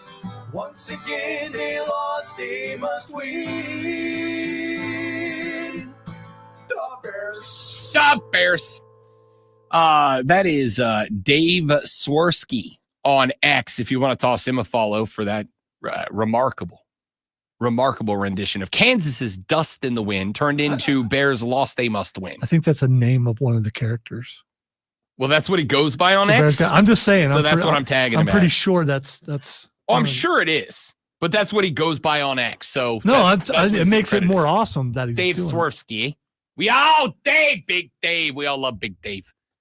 3 heart attack so far, Big Dave, but he just keeps pulling through for the Bears. I first off love that immensely. Second off, ladies and gentlemen, once again, another illustration of the fact that if you throw a rook immediately in when you have him playing for what is known as a garbage franchise and you expect immediate returns, you're going to be disappointed. You're just going to be disappointed. And then when you tag that along with a coaching staff that you already know is a failure, this is something that at least I can give Carolina credit for. When they went and traded the bank away to get Bryce Young, at least they rolled over with the new coaching staff, right? At least they said, all right, what we have didn't work. We're going to go get a guy that we think may not work out, but a guy that we think can work to bring along a new quarterback. And they went with Frank Reich. Now, it ended up being an abysmal hire. Frank Reich started at 9-1 before he was let go. No. Sorry, 1-9. Strike that, reverse Strike it. that, reverse it. Thank you, Willy Wonka. Correct. It did not go great at all. So, at least they tried. At least they didn't roll out Matt Rule for another one, right? They went, nope, this ain't it. This ain't working. Got to go. Let's try something new. Chicago said, hey, you know that guy that took us last year and ruined us? We're going to run it back one more time. Much as I have said with Mickey Loomis down in New Orleans, the number one fault that I will have with any general manager, in Chicago's case, it's Ryan Poles. The one fault that I will have with a general manager Jerry Jones is the absolute epitome of illustration for this, is when they refuse to acknowledge that something's not working. Because in acknowledging that something is not working, they have to acknowledge that what they decided to do wasn't the right thing. Jerry Jones is never going to acknowledge that he's made a bad decision. He's just never going to do it. That's why I said the Dallas Cowboys are going to be bad until Jerry Jones dies, because the only guy that can fire Jerry Jones is Jerry Jones. Ryan Poles can be fired. Now, granted, the ownership of the Chicago Bears don't care, clearly, or else they do something differently, but they genuinely do not care.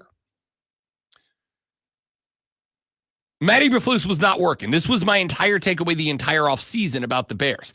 And it wasn't that I particularly care about whether the Bears are good or not. I could give a crap less. In fact, there's always been a little bit of coldness in my heart for the Bears. Not because of Chicago fans. There's always been a little bit of coldness in my heart towards Chicago because the New Orleans Saints in 2006, after Hurricane Katrina, went up to Chicago to play in the NFC Championship game with a ticket to the Super Bowl on the line. And the very first thing that came across my TV screen was a Bears fan holding up a sign that said, "Chicago's going to finish what Katrina started." And I went, yeah, hope you guys never win another game forever and ever and into eternity. So I kind of, just because of that. Colonel Grudge now? You know, there's they made fun of my tight end's girlfriend. And then there's, oh, what's that? A few thousand people died? We'll make a joke about that. You know what I mean? Like there's a line. And I'm a big dark joke guy. But it was like, bro, that happened like a couple months ago. Like, give it some time, right? Anyway, put that aside. That's a personal beef. What I will say is I don't really care about the success or failure of the Chicago Bears. I am invested in Caleb Williams. And I'm invested in every highly touted rookie quarterback on whomst pressure expectations are heaped from year one. Why? Because I do not think it is fair. I don't.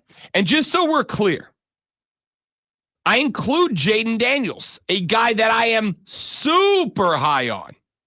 Like, Jaden Daniels is the first quarterback since Lamar Jackson that I said, that guy's going to be a bona fide superstar. There's no question. This isn't a prediction. This is a statement of fact. This man's going to be a superstar. Felt that about Jaden Daniels then, still feeling about him now. Feel like I'm justified in saying it now. But I would also make the argument that Washington did something that Chicago failed to do. What Washington did was they said, all right, we're going to put massive expectations on this kid. How do we give him the best chance to succeed? And what did Washington do? They went and built a team around him. They went and got Scary Terry and got him set up with a contract so he would be the best version of himself. And they went and got Cliff Kingsbury. Part of the reason that I took out a ticket on Washington winning the division this year was because of Cliff Kingsbury. Wait a minute, Rob. Didn't he get his ass whipped in Arizona? Yes, he did. Yes, he did. As the head coach. Cliff Kingsbury is, and I use this term often on the show, as far as I'm concerned, the definition of the Peter Principle. Everyone gets promoted to one level above their competency. Everyone is capable in any given field of accomplishing X. And anything past that, it's just beyond their natural capabilities. And that's okay. This is why I say always and ever to kids that I am mentoring, teaching, whatever, whatever. Do what you're good at. Find what you're good at and do that. Because if you do something that you're not good at, you can only go so far. And here's the thing. Everybody loves you when you're succeeding. Everybody loves you. But the minute you start to fail, people turn on you. People love you when you're doing the thing. But when you start to fail, for whatever reason you might be failing, people turn on you really quickly. So do what you're good at and just get better at it. Cliff Kingsbury is not a head coach. We know that now. But he's a damn good offensive mind.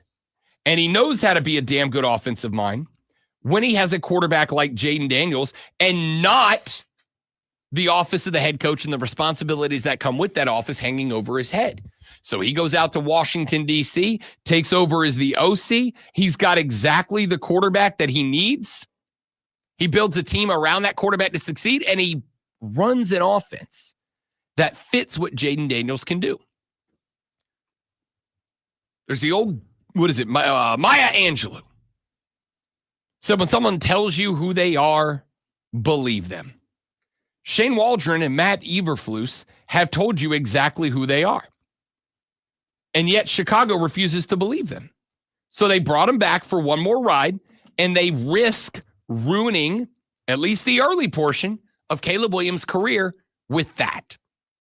This is why I am always, always, always a proponent of sitting young quarterbacks. Bryce Young should have been sat down for year number 1. Caleb Williams, yes, number 1 overall pick. Caleb Williams should have been sat down for year number 1. Honestly, Jaden Daniels is probably, since Lamar Jackson, the only quarterback that I can think of that I would make the argument to the contrary. No, that guy was ready to go from day one. But that is also why he is the first quarterback since Lamar Jackson that I said, you can start that guy week 1. That guy gets it. That guy understands it. That guy knows it. Drake May was not that guy. Caleb Williams was not that guy. Bryce Young was not that guy. These guys are not those guys. Jaden Daniels is that guy. And that's not to say Jaden Daniels will always be better than them. That is to say he played a different game that was NFL ready. Those cats weren't. And then you pair them up with bad head coaches in bad franchises. Of course they fail more than they succeed. At least Chicago made a move here. At least they decided to try something here. We'll see if it works out or not. All right, let's take a break. We'll come back, wrap the show up. The Rob Brown Show, the Fan Upstate.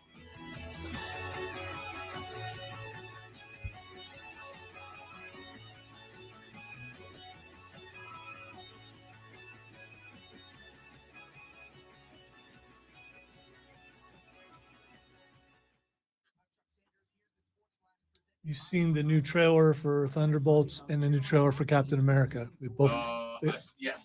they both dropped Saturday. They're really good.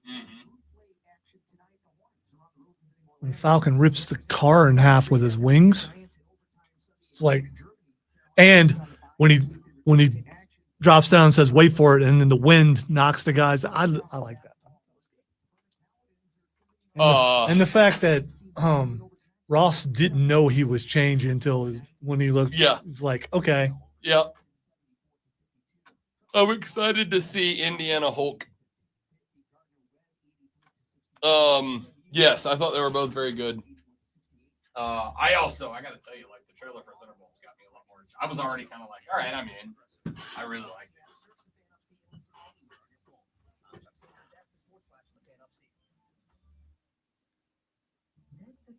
And who's Bob? Okay. So, Bob in the comic books. I will tell you one thing that really bothers me about that trailer. The thing that bothers me about the trailer is that they made Bob a young, sexy dude. Bob in the comics was like just a generic, run-of-the-mill, average, middle-aged suburban dad. Just a dude.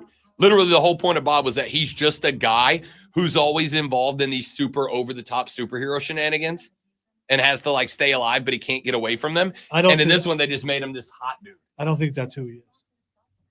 Then don't call him Bob. There's That's what what Bob is. Oh, Bob is a very Bob, Agent of Hydra. yeah. I don't think that's who it is. Bob was that hilarious concept of what if you made a superhero movie from the point of view of the minions? Like, instead of showing me Loki, show me the point of view from one of Loki's Chitauri. Bob, Agent of Hydra.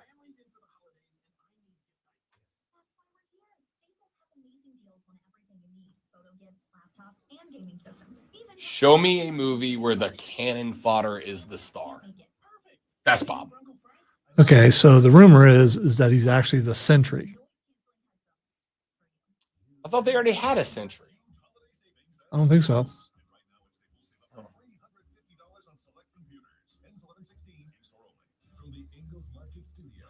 Robert Reynolds is seemingly an ordinary man until he suddenly remembers that he isn't. Turns out that years earlier, he operated as a superhero of the century who had the power of 1,000,000 exploding suns. Nah. He gets shot and stuff in the trailer, that. so I don't think I a would've normal been guy. really funny, Bob. I think Deadpool already took care of that one.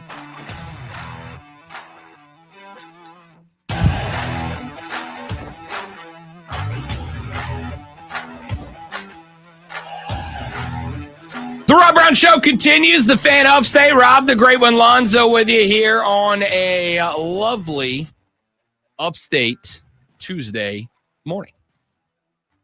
Been kind of all over the place today. Talked a little college football. Got into Clemson and South Carolina earlier. Talked about the Panthers win over the New York Football Giants, which, by the way, and we kind of in that last segment really spent more time talking about the breaking news that took place. The Chicago Bears have fired offensive coordinator Shane Waldron.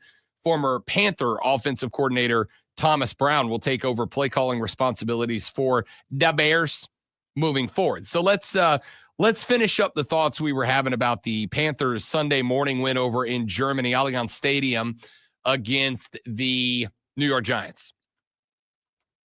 As has been mentioned, and let's start with this, the Giants are, say it with me, bad at football. They're not very good. They made a lot of mistakes this offseason, and they are paying for them now. Still a great win for the Panthers. Because, and we've had this conversation on the show before, step 1, beat the bad teams. Step 2, compete with the good teams. Step 3, beat the good teams, compete with the great teams. Step 4, beat the great teams, become a great team. Carolina went out there and has now defeated in back-to-back weeks for the first time since 2022, back-to-back bad teams. It is the first 2-game win streak since 2022 for this team. Beat the bad teams. You did one at the house. You did the other one over in Deutschland this past weekend in Munich. It's a foundation, man. It's a foundation. And I think for me right now, foundation has become the key word for this organization. I need a foundation. Let's start with, obviously, the one that all of us have been talking about for a very long time now, and that's the foundation on which Bryce Young is building right now. Bryce Young felt like a different quarterback the last 2 weeks, really dating back to the Denver game 3 weeks ago. Felt like a different guy. I think you can see that confidence level starting to build back up. I think my man hit a bunch of throws, 15 of 25, and I'm going to tell you right now, and I'm glad Zach just showed up in the chat and said what he said. Bryce didn't look bad at all. Does he look like a Pro Bowler? No. Does he look like a world beater? No. Does he look like a guy that can go out there and single-handedly win you a football contest or 7? No. But that's not what this team is built to be around Bryce Young. This team is built to be a team that runs the football, pounds the football, and opens up the door for Bryce to occasionally make a throw down the field that can move the chains for you. And he got that. You were dealing with Xavier Legette with a busted up hand. It happens. You had a bunch of stuff going on that this team had to work around and consider. And Bryce Young had, I believe, 3 footballs hit the ground. I believe had 3 footballs hit the ground. You are honestly looking, in my ever so humble opinion, you were probably looking more along the lines of like 18 of 25 for 190 and a touchdown, maybe 2. But a couple of guys put the football on the ground. This is the other thing I've said. I love what we're seeing out of Xavier Legette. I think Xavier Legette is showing you that he absolutely has the potential to be a genuine wide receiver 1. Genuine X receiver. Outside of that, you ain't there yet. You ain't there yet. Your offensive line, much better. Much better play out of the offensive line. Still not great. Still needs an upgrade. But those two guards, by the way, that Chuba Hubbard rushing touchdown, if you haven't gotten to go back and watch that, please go watch that play. It's boring. It's a short little run, right off guard, just plow into the end zone and score a tutty. Go watch Lewis and Hunt, the two guards, on that play. I mean, man, they executed in a way that should be the textbook of how you teach young offensive guards how to play that position. Explosive first step, low to the ground, low center of gravity, drive through the legs, collapse onto the center, and then all three of you just form a battering ram through the chest of the nose guard. It was textbook. Offensive line, goal line, jumbo set, man's game, big boy football. That's it. That's it. That's the thing. That's what this team is predicated on. That is what that team needs to continue to lean on. That is what this team needs to roll forward with. And do you know what happens when that becomes the number one thought? The field opens up for the Rook. This is what we talked about with Lenora Sellers earlier. It's the same concept. I got a quarterback early in the season who doesn't look super confident. I got a quarterback early in the season who looks like he's a no-read QB. Looks like a guy that's going to go X, not open, Y not open. Okay, I got to do something. I got to throw it out of bounds. I got to try to make something happen. I got to do something outside of the norm here. And it never really went well. I think both Carolina and South Carolina have done something that should be applauded. They said, you know what? We got a running back there. We got a dude back there. We got a guy back there that we can lean on. We got a guy back there that we can rely on. We got a guy back there that we now know that we can put the ball in his chest and we can trust that something is going to happen here. And what it did was open up the field for both of those guys. What it did was open up the field for both of those guys to have more time, to see their reads, to progress through the reads, and to not be happy feet chopping it up in the pocket, waiting for the hit that is inevitably coming.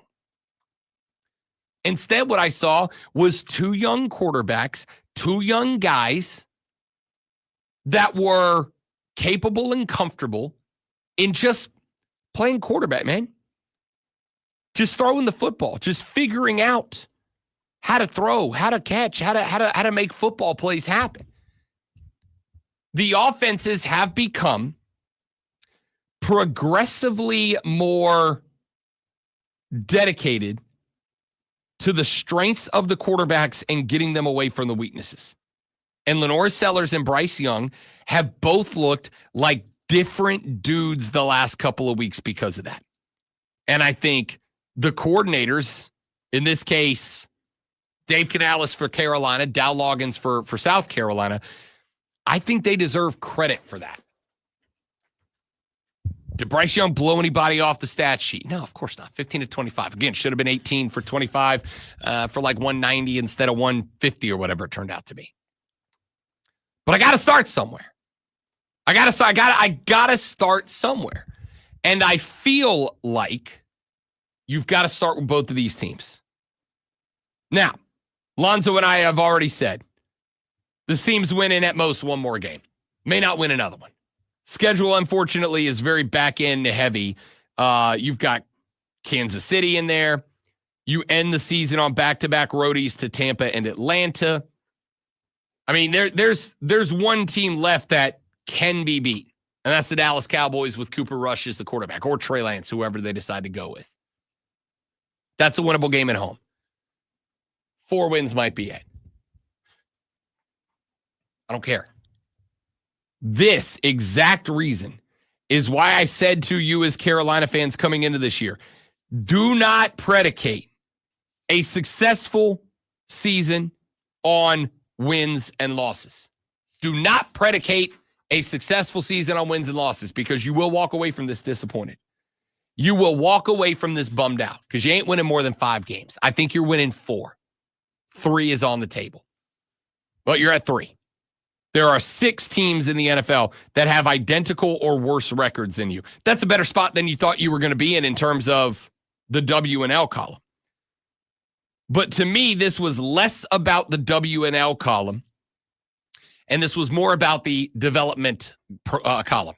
This was more about, do you end this year with a solid foundation moving to next year? And the answer to me is, where we're at right now, yeah, at least you're laying it, right? Now, just like a house, you can put that concrete foundation down, and then somebody can come along and walk across it and muck it up, and now you got to tear the whole thing up and put it back down.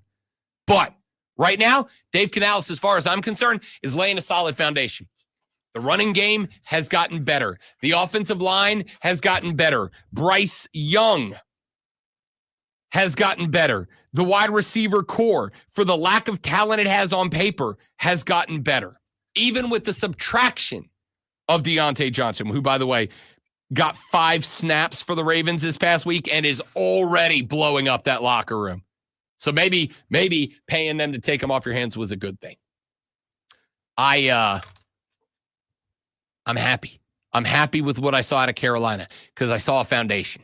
I saw a base. I saw improvement from BY. I saw improvement from Chuba Hubbard after you paid him. I saw improvement from the offensive line. I saw improvement from the wide receivers. And even with a banged all-to-hell defense, the defense, when ice water was required, served it up and finished that game. I am happy and impressed with the foundation that is being laid in Charlotte, North Carolina right now. And now, the Rob Brown Show presents Twitter. And just like that, it's time for What the X. The show flew by today on Tuesday, which Rob had to correct me earlier. I didn't realize it was Tuesday. I thought it was Monday for some reason. I didn't bring it up. All right. The first thing it's Xing is Black Panther 3. So there was a Disney Expo this weekend. I actually believe it was like down in Brazil. There was a Disney Expo this weekend. And this Disney Expo rolled out a bunch of trailers for upcoming MCU movies. We got the new trailer for the new trailer for Captain America, aka Sam.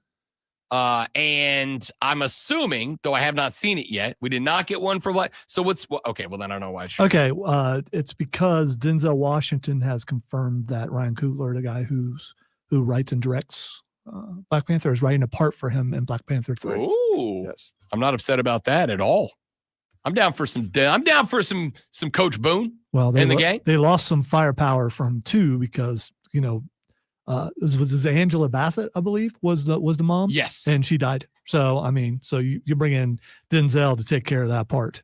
So fine with me. Yeah, me too. All right. She was great, by the way. Can we talk about how I think of every Marvel movie? I think she is probably the most powerful supporting actor across that universe. And like, it unfortunately never really got talked about how good she was until she passed. Yeah, she was really good. Yep. All right. The next thing that's Xing is Five Guys. I have no idea why Five Guys is trending. What I will tell you is this. As far as the order it online, pick it up on the way home, what an absolute banger of a burger and Cajun fries goes. West Coasters, you're about to get real mad. Five Guys is better than In-N-Out. It just is. If you never had In-N-Out, and it may just be because the West Coast fans in my life hyped In-N-Out so much that the expectations were too high when I got there. But I'll take a Five Guys over an In-N-Out every time. It's one of those things where people don't know why it's Xing, but so they're going to talk about it because it's Xing, and mostly about how many fries you get. It's a lot of fries, man. Yeah. It's Five Guys is the only place that I do not order a large fry. Yeah, they just like took a whole bag of taters and put it in there. For the record, thank you, Five Guys. Yeah, it is appreciated. Really good fries. For sure. Big fan. All right, the next thing that's Xing is Paul Heyman. Paul Heyman, I think it is because he was at a con this weekend and he was reunited, and it feels so good with one Kayla Braxton, who those two apparently, they have given each other hell on screen. but apparently are pretty damn buddy. And you couldn't tell that was all put on. Yeah, I mean, it looked like. I mean, all those scares and everything through all those years. That was for sure. Yeah, I thought, and I'm here for it. I thought it was adorable, to be honest with you. And I'm. It was nice. You know, it's just nice to see people loving people. I did see that. That's not why it's Xing, though. It's because, and someone tried to spoil earlier, Zach. It's Zach. It's Xing because the one of the rumors is that the fifth member is Paul Heyman. Is CM Punk. Oh. I thought it was going to be Paul. A Heyman guy. Yeah, he's not going to do that. He's not going to go there. Listen, everybody. Okay, what's next? All right, Sammy's back in. You got the OTC bloodline now, and you got the new bloodline. Yeah, we know who their fifth's going to be. It's going to be The Rock, because Solo dressed as young Rock the other day, and hardly anyone noticed it, and it became a big deal. He was wearing the turtleneck and the chain when he was in the ring. That's hilarious. Why would it be The Rock though? Like, what's the justification? Because he's been over the new bloodline the entire time. Oh, yeah. Oh, you think that's the new bloodline's fifth? Yes. Gotcha. I thought you meant that was Roman's fifth. No. It's either going to be Cody or someone like that. It's not going to be Seth Rollins. We know that. Nah, probably not. But you know what? I do like the tie. I do like the tie of having, because Heyman's coming back into this angle at some point. So I do like the tie of having Heyman, and he's like, Roman, hear me out on this, but I got a guy. And then he brings, I actually like that. That's fun. I didn't know. You know when we'll book a little fantasy booking? Thursday at 9:20 when we do Fight Club with the Great Lanza. Come back tomorrow. Denton Day from SiriusXM is going to join us at 8:40 to talk a little footy. That's all coming up tomorrow on the Rob Brown Show on the Fan Upstate. Have a great day. Don't drink and drive. I'll punch you in the face. Goodbye. Say hello to the bad guy. Stop doing that. Need longer beds. Oh, dude, some of the beds are like 3 minutes long. That one wasn't. It was not, but it only needs to be a minute. It's not even about that. It's about time and where we are at the end of the show. Well, you got to do math anyway. I just wanted to make it if I have more fun for you. Hopefully I don't have to get rid of something. At QC Kinetics, we're seeing patients every day who suffer from chronic joint pain, but who desperately wanted to avoid surgery. We're treating joint pain with biologic therapies, regenerative solutions with long-lasting results. Listen, it's all about getting your life back. Playing touch football with kids, walking upstairs pain-free, getting back on the job. And patients at QC Kinetics are raving about the Oh, man. All right, dudes. I got to go. I got stuff to record. That always seemed to work out almost perfect, even when you do that. It's weird. Yeah, whatever. I'm glad. It's almost like I'm good at what I do. Yeah, almost. And I'm totally doing it on purpose. That's the thing right there. That thing. This is how we roll. Oh.